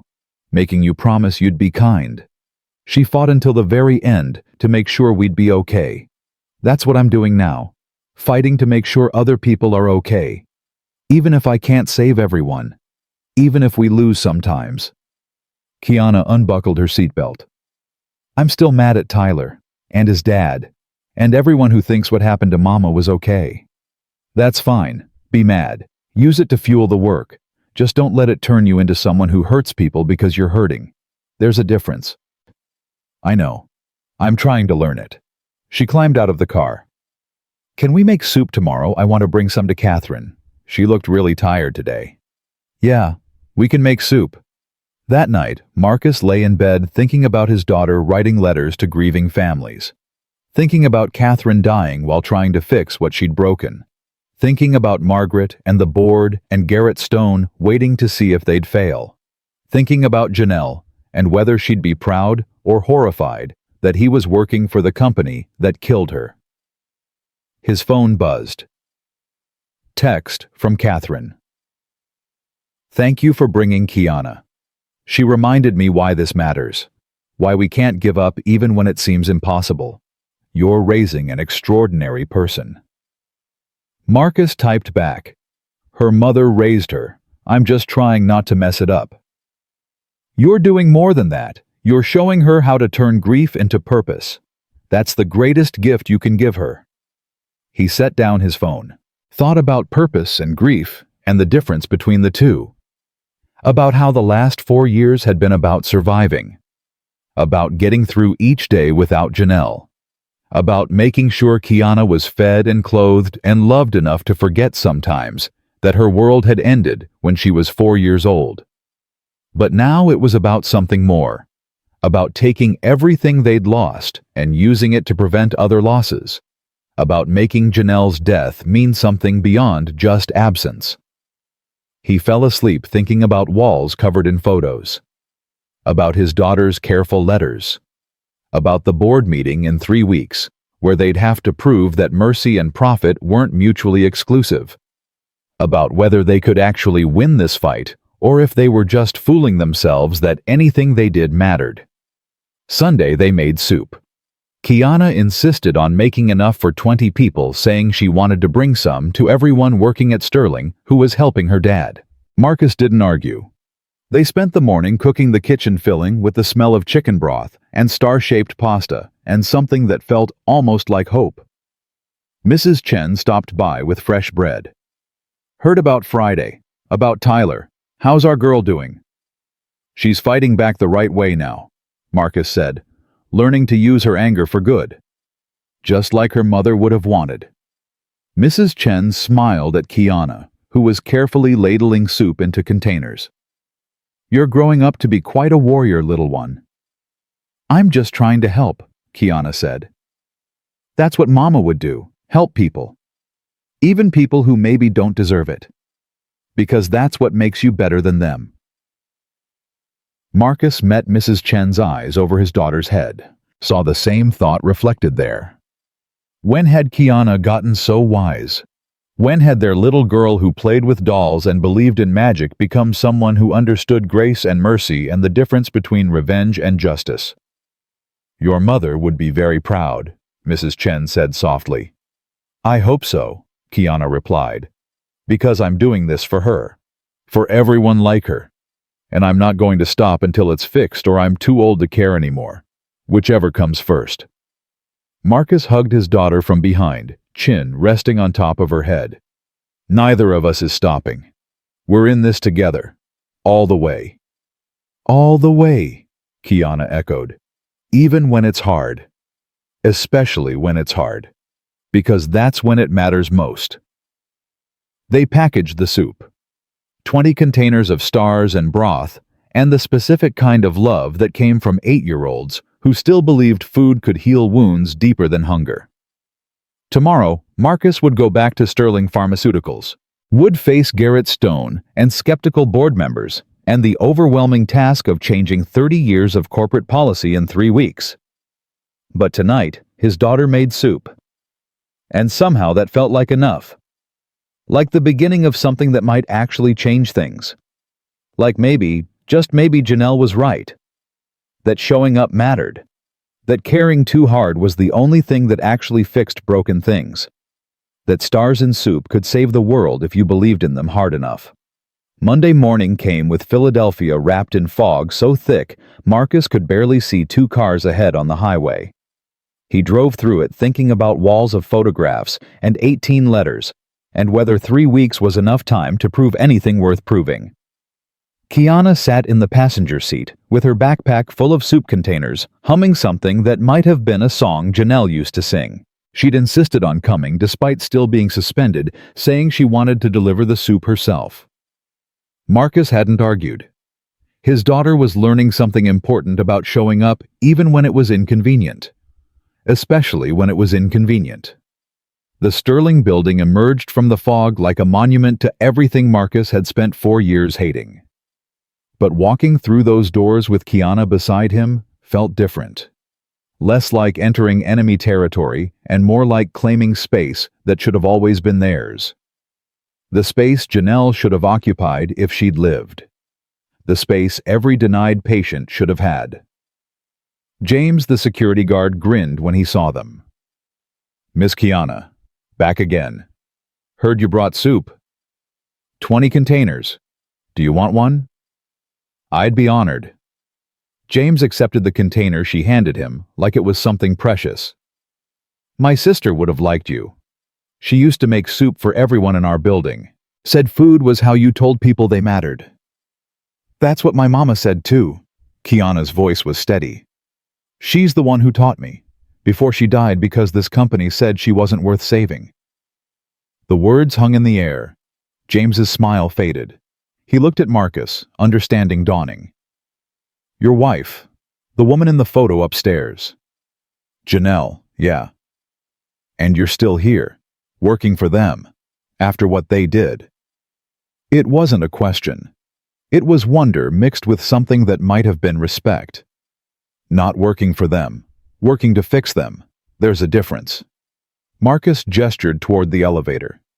Come on, baby girl. We've got deliveries to make. They rode up to the 30th floor. Catherine was already in her office despite it being barely 8 in the morning. She looked worse than she had Saturday. Thinner, grayer, moving like every step cost her something she couldn't afford to spend. You brought reinforcements, she said when Kiana appeared in her doorway with soup. You looked tired on Saturday. Dad says tired people need soup and stars, so I made you some. Kiana set the container on Catherine's desk. Also, I finished 12 more letters last night. Can your assistant send those too? Catherine opened the container, inhaled the steam. 30 letters total. That's ambitious. Mama used to say if something's worth doing, it's worth doing all the way. No half measures. Kiana pulled out her notebook. I also made a list of questions I want to ask people.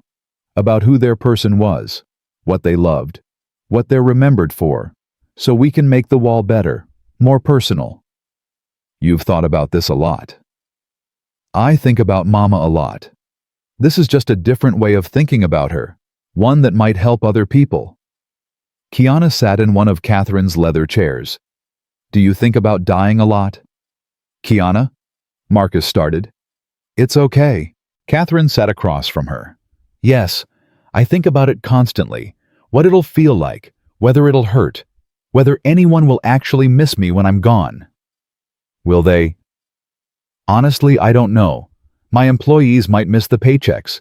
My board might miss the control I provided. But miss me. The person. Probably not. I didn't let many people see that part. That's sad. Kiana's voice held no judgment, just observation. Everyone should have someone who'll miss them, who'll remember the good parts, even people who made mistakes. Even people who killed your mother. You didn't kill her. You just didn't save her when you could have. That's different. Still bad, but different. Kiana pulled out another soup container. This one's for Mr. Stone. Dad says he's trying to stop what you're building. But maybe he just needs soup. Maybe he's mean because nobody ever showed him that being kind matters more than being right. Catherine laughed. It turned into a cough. She grabbed water, drank slowly. Garrett Stone doesn't need soup, sweetheart. He needs a conscience. Those are harder to deliver. But we should try anyway. That's what Mama would say. That you always try to see the good in people, even when they make it really hard. Kiana stood. Where's his office? I want to give him his soup before it gets cold. Marcus wanted to stop her. Wanted to explain that Garrett Stone wouldn't appreciate the gesture. Would probably throw it away the second they left. Would definitely use it as ammunition somehow to prove Catherine's judgment was compromised. But Catherine was nodding. Down the hall. Last office on the right. Can't miss it. Biggest one except for mine. Kiana marched out like a soldier on a mission. Marcus moved to follow, but Catherine held up a hand. Let her go alone. She needs to learn that kindness sometimes gets rejected. Better she learns it now when the stakes are low. Garrett Stone could destroy her, say something cruel, make her cry. Then she'll learn that too, that some people aren't worth the effort, that you can offer grace and have it thrown back in your face. Those are important lessons. Catherine sipped her soup. Also, I want to talk to you alone about what happens when I die. Catherine, don't pretend I'm going to miraculously recover. We both know I'm not. 3 weeks from now, maybe 4 if I'm lucky. That's all I have." She set down the soup. "When I die, Garrett takes over as interim CEO. Board policy. He'll kill this program immediately. Fire you. Bury everything we've built." "So what do? We make it impossible for him to bury. We go public before the vote. We release everything. Every file. Every denial. Every name on that wall. We make it a national story. Force the board to choose between doing the right thing and facing public destruction." Catherine pulled out a folder. "I've been talking to journalists. 3 major outlets ready to run the story. New York Times, Washington Post. 60 Minutes wants to do a segment. All of them want to interview you. Want to meet Kiana. Want to put faces to the statistics. I can't put my daughter on national television. Why not? She's already writing letters to grieving families, already confronting the people who killed her mother, already doing the hard work of healing publicly. What's the difference? The difference is millions of people watching, judging, deciding whether our grief is real enough, whether we deserve sympathy, whether Janelle was worth saving." Marcus's voice rose. "I can't expose Kiana to that. Can't let strangers pick apart our lives and decide if we're worthy victims." "But that's exactly what Sterling Pharmaceuticals did to you. Picked apart Janelle's medical history, decided she wasn't worthy, made that decision privately while you suffered publicly." Catherine leaned forward. "This is our chance to flip it. To make them suffer publicly while we control the narrative. To force them to defend their decisions on camera. To make it impossible for anyone to ignore what they did. By using my 8-year-old daughter as propaganda. By letting your 8-year-old daughter tell her truth. There's a difference." Catherine was quiet for a moment. "I know what I'm asking. I know it's not fair. But nothing about this is fair. Your wife dying wasn't fair. 400 other people dying wasn't fair. Asking you to save the company that killed her isn't fair. But we're past fair. We're into necessary. And it's necessary that people understand what's at stake." Marcus thought about Kiana punching Tyler, about her writing letters to strangers, about her standing in front of her mother's photo asking questions no child should have to ask.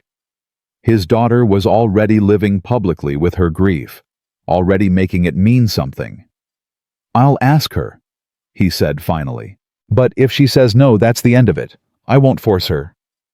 "Fair enough." Kiana returned 10 minutes later, empty-handed. She climbed into Marcus's lap without being asked, buried her face in his shoulder. "He threw it away," she whispered. "Right in front of me. Said he doesn't eat charity from people trying to manipulate him. Called me a prop. Said Dad was using me to make people feel sorry for us, so they'd ignore that we're trying to destroy Sterling." Marcus held his daughter tight, rage building in his chest.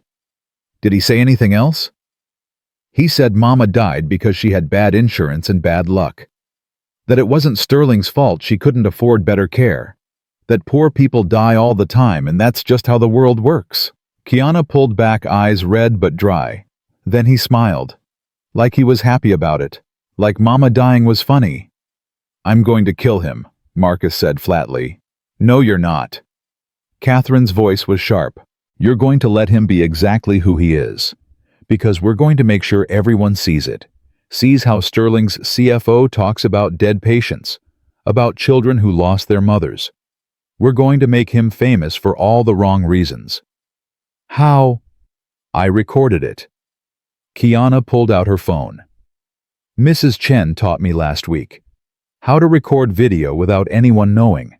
She said sometimes you need proof when people are mean. So I recorded him. Everything he said." She played the video.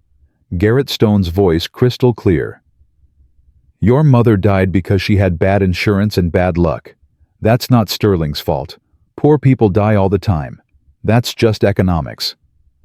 Then his laugh, cold and dismissive. The sound of someone who'd never suffered a day in his life telling a child her suffering didn't matter. Catherine took the phone. "Can I have this? Copy it. Are you going to show people? Yes, everyone. Every board member. Every journalist. Every person who thinks Sterling Pharmaceuticals is just a company making business decisions. I'm going to show them exactly who's making those decisions and what they actually think about the people they're killing. Kiana nodded. Good. Because he needs to know that Mama wasn't just economics. She was a person. And she mattered. And laughing about her death makes him a bad man. Yes, it does. Catherine copied the video, handed back the phone. Kiana, there are some journalists who want to talk to you and your father. About your mother. About Sterling. About what you're doing with the letters. Would you be willing to talk to them? Kiana looked at Marcus.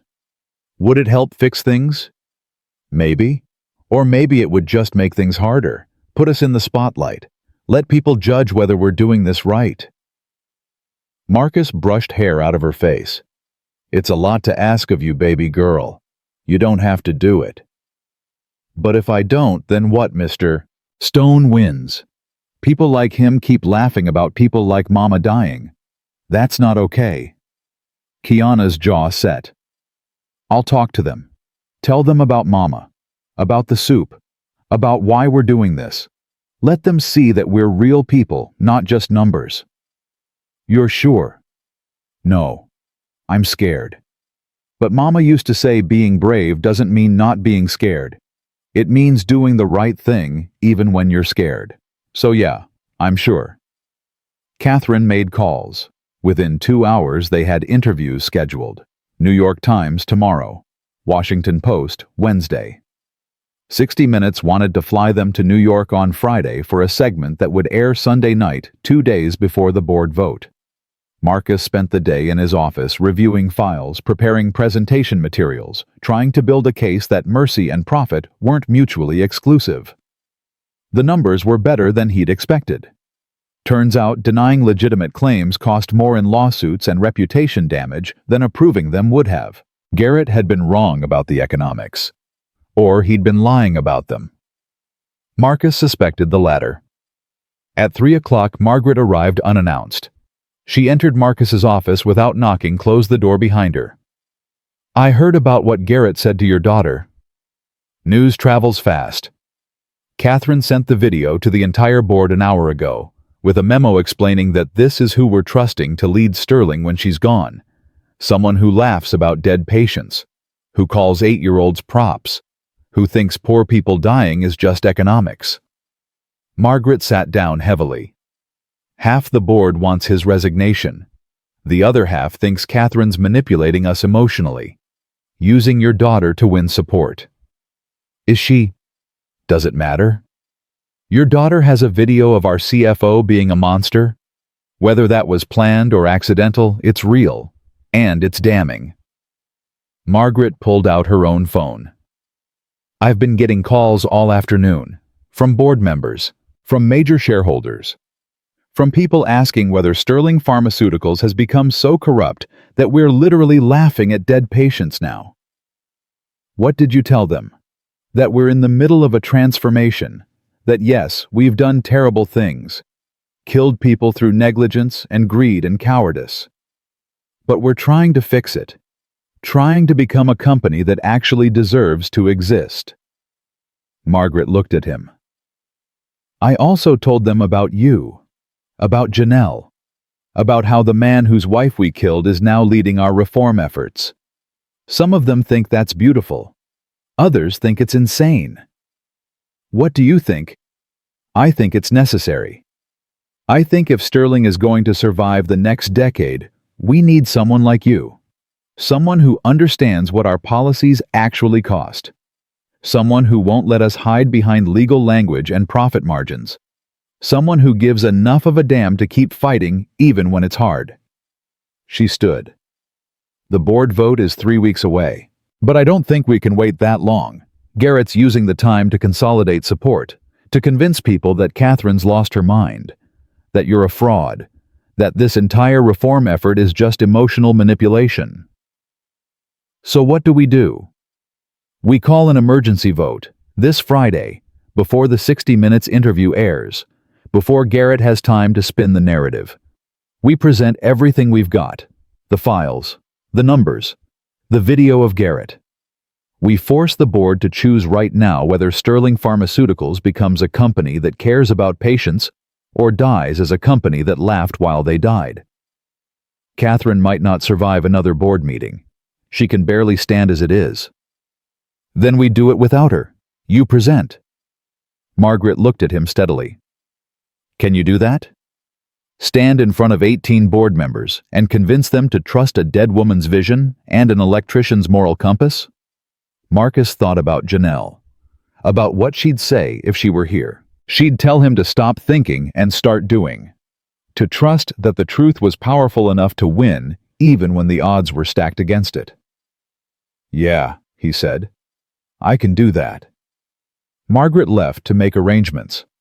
Marcus called Catherine, told her about the emergency vote. Good, she said.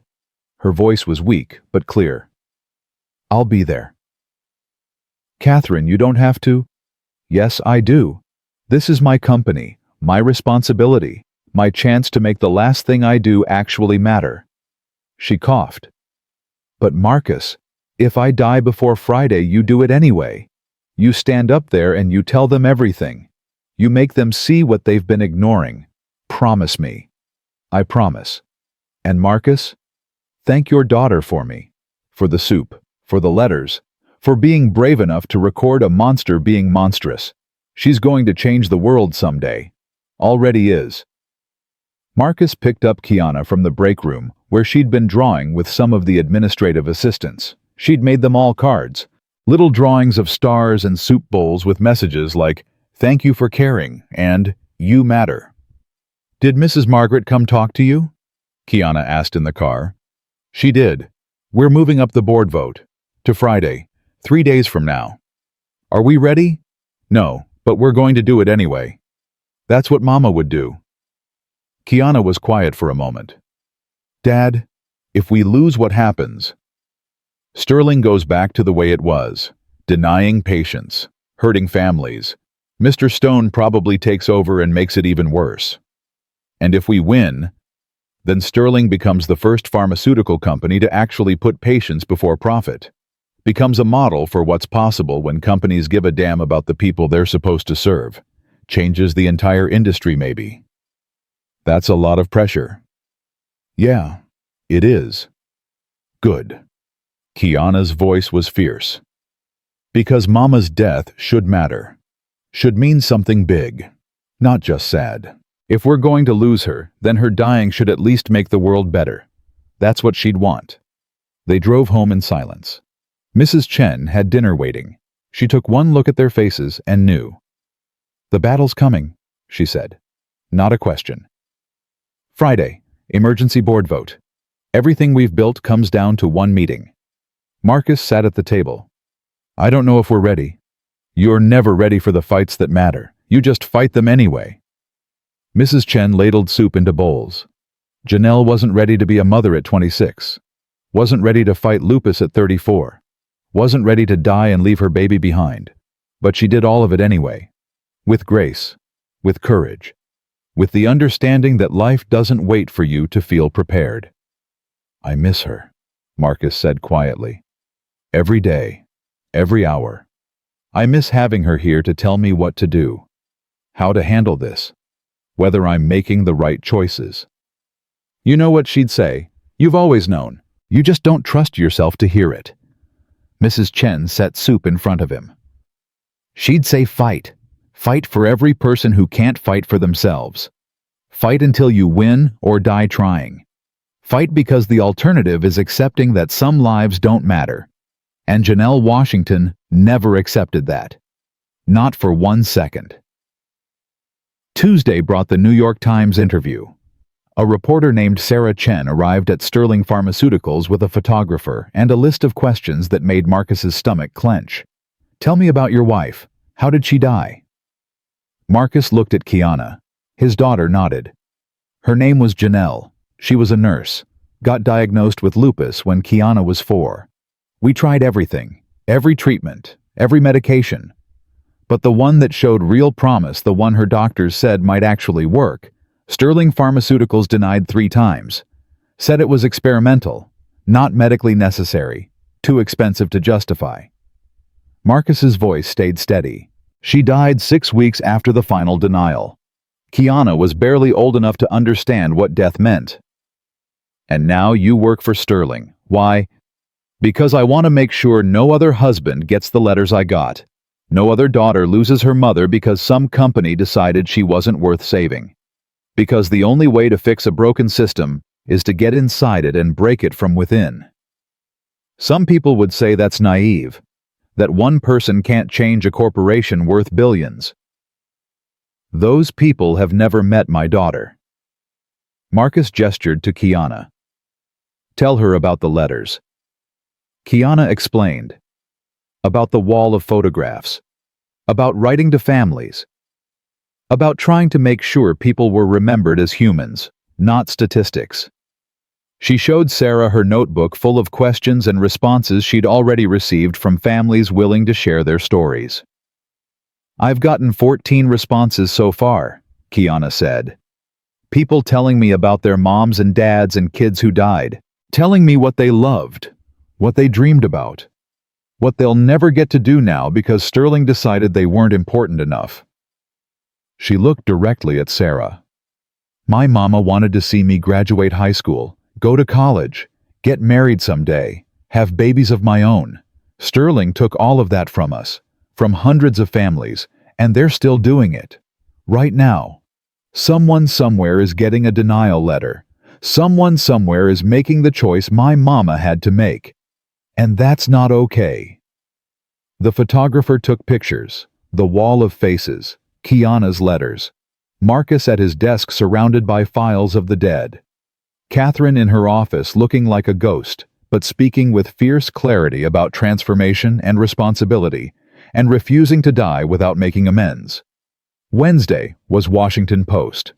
Thursday was a smaller local paper that wanted to focus on Philadelphia families affected by Sterling's policies.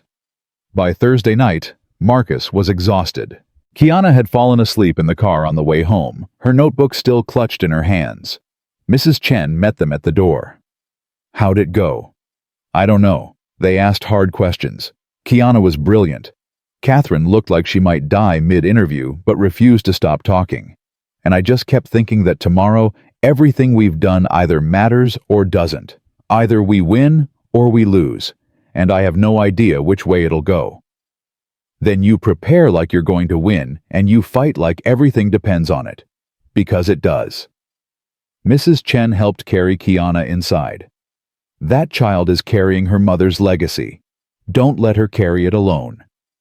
Marcus stayed up until 2 in the morning, reviewing his presentation. The numbers. The testimonials. The video of Garrett Stone laughing about dead patients. The wall of photographs. Everything they had to prove that changing wasn't just morally right, but economically necessary. At 2:30 his phone buzzed. Catherine. Can't sleep. Can't breathe actually. Oxygen's not helping. Doctor says maybe a few more days. Maybe less. Her voice was faint. Marcus, if I don't make it to tomorrow? You'll make it. But if I don't, you need to know something. I changed my will. Left controlling interest in Sterling to a trust. You're the trustee, along with Margaret and 2 patient advocates from outside organizations. If I die, you 4 control the company. Not Garrett, not the board. You. Marcus sat up. Catherine, I can't. Yes, you can. And you will. Because if I die and Garrett takes over everything we've built, dies with me. But if you control Sterling, you can finish what we started. Change the policies. Save the people. Make my last act something worth dying after. She coughed. Long and wet and terrible. Promise me. I promise. But you're going to be there tomorrow. You're going to see this through. From your mouth to God's ears. She laughed weakly. Though I suspect God and I aren't on speaking terms after 30 years of killing his children for profit. If I'm going to make peace with anyone, it's probably the people whose photos are on that wall. And the only way I know how to do that is to fix what I broke. Then we'll fix it together. Tomorrow. We'll walk into that boardroom and we'll make them understand. We'll win this. We'd better. Because I'm tired, Marcus. So tired. And I don't want to die knowing I failed. Don't want the last chapter of my story to be about how I almost did the right thing but died before finishing it. That's not a legacy. That's just sad. Then don't die. Not yet. Stay long enough to see us win. Long enough to know it mattered. Catherine was quiet for a long moment. Okay. I'll try. For you. For Kiana. For all those people on the wall who deserved better. I'll try to stay. She hung up. Marcus sat in the dark, thinking about promises and legacies, and whether 3 weeks of trying to fix 30 years of damage was enough to call yourself redeemed. He fell asleep at his kitchen table, head on his arms, presentation notes scattered around him, like prayers to gods who probably weren't listening. But when he woke at 6 in the morning, Kiana was already awake, already dressed, already packing soup containers for the board meeting. Today's the day, she said. Today we fight for Mama, for everyone like her, and we don't stop fighting until we win. What if we lose? Then we fight again tomorrow, and the next day, and the day after that, until we win or we die. Because that's what Mama would do. That's what she taught us. Kiana zipped her backpack. Now come on, we've got a battle to win. They drove to Sterling Pharmaceuticals through Friday morning traffic. Marcus's hands were steady on the wheel. His daughter sang softly in the passenger seat, some song about stars and courage, and the difference between giving up and letting go. The Sterling building emerged from the morning sun, looking less like a monument to everything he'd hated and more like a battlefield where something important was about to happen. Where history was going to turn one way or another. Where Janelle's death would either mean something or dissolve into the statistics of corporate casualties forgotten by everyone except the people who loved them. Catherine met them in the lobby. She'd dressed for war, black suit, perfect hair, makeup covering the worst of the gray, but her hands shook, her breathing was labored. Every step looked like it cost her something she didn't have left to give. You came, Marcus said. Did you really think I'd miss this? She smiled. Thin but real. I've been dying for 6 months. I can die for 6 more hours. Long enough to see this through. Long enough to know whether the last thing I did was worth doing. It's already worth doing. Not yet. Not until we win. That's when it matters. When we actually change something. She looked at Kiana. You ready, warrior? I'm ready. Got soup for everyone. Even Mr. Stone. Because Mama would want me to try, even if he throws it away again. He probably will. But you're right to try anyway. That's how you prove you're better than them. By being kind when they expect cruelty. By offering grace when they deserve judgment. By remembering that everyone gets to choose who they are, and you're choosing to be the kind of person who makes soup even for monsters. They rode the elevator up together. 3 people preparing to fight a battle that shouldn't be theirs to fight, but was anyway. Because someone had to. Because the world didn't change because powerful people suddenly grew consciences. It changed because regular people decided they'd had enough and did something about it. The boardroom was already full when they arrived. All 18 board members. Garrett Stone at the far end looking confident. Too confident. Like a man who'd already won and was just waiting for everyone else to figure it out. Margaret stood. This emergency session is called to order. Catherine, you have the floor. Catherine walked to the front of the room, Marcus beside her. Kiana behind them, both holding her backpack full of soup and letters, and the stubborn faith that kindness mattered, even when the world made it hard to believe. 3 weeks ago, Catherine began, I tried to kill myself. Hired someone from a dark web forum to make it quick, make it clean, make it look like I'd just faded away from cancer without anyone having to witness the messy parts. She paused. And then Marcus Washington walked through my door. The man whose wife I killed, whose family I destroyed, who had every right to let me die and instead brought me soup." She gestured to Marcus. "This is what redemption looks like. Not grand gestures, not perfect transformations, just showing up, making soup, refusing to accept that broken things can't be fixed. And today we're asking you to show up too. To refuse to accept that Sterling Pharmaceuticals has to be a company that kills people for profit. To believe that we can be better, that we must be better, or we don't deserve to exist at all." Marcus stepped forward. "Let me show you what we're fighting for. Let me show you who we've killed, and who we can still save." He clicked the first slide, the wall of photographs.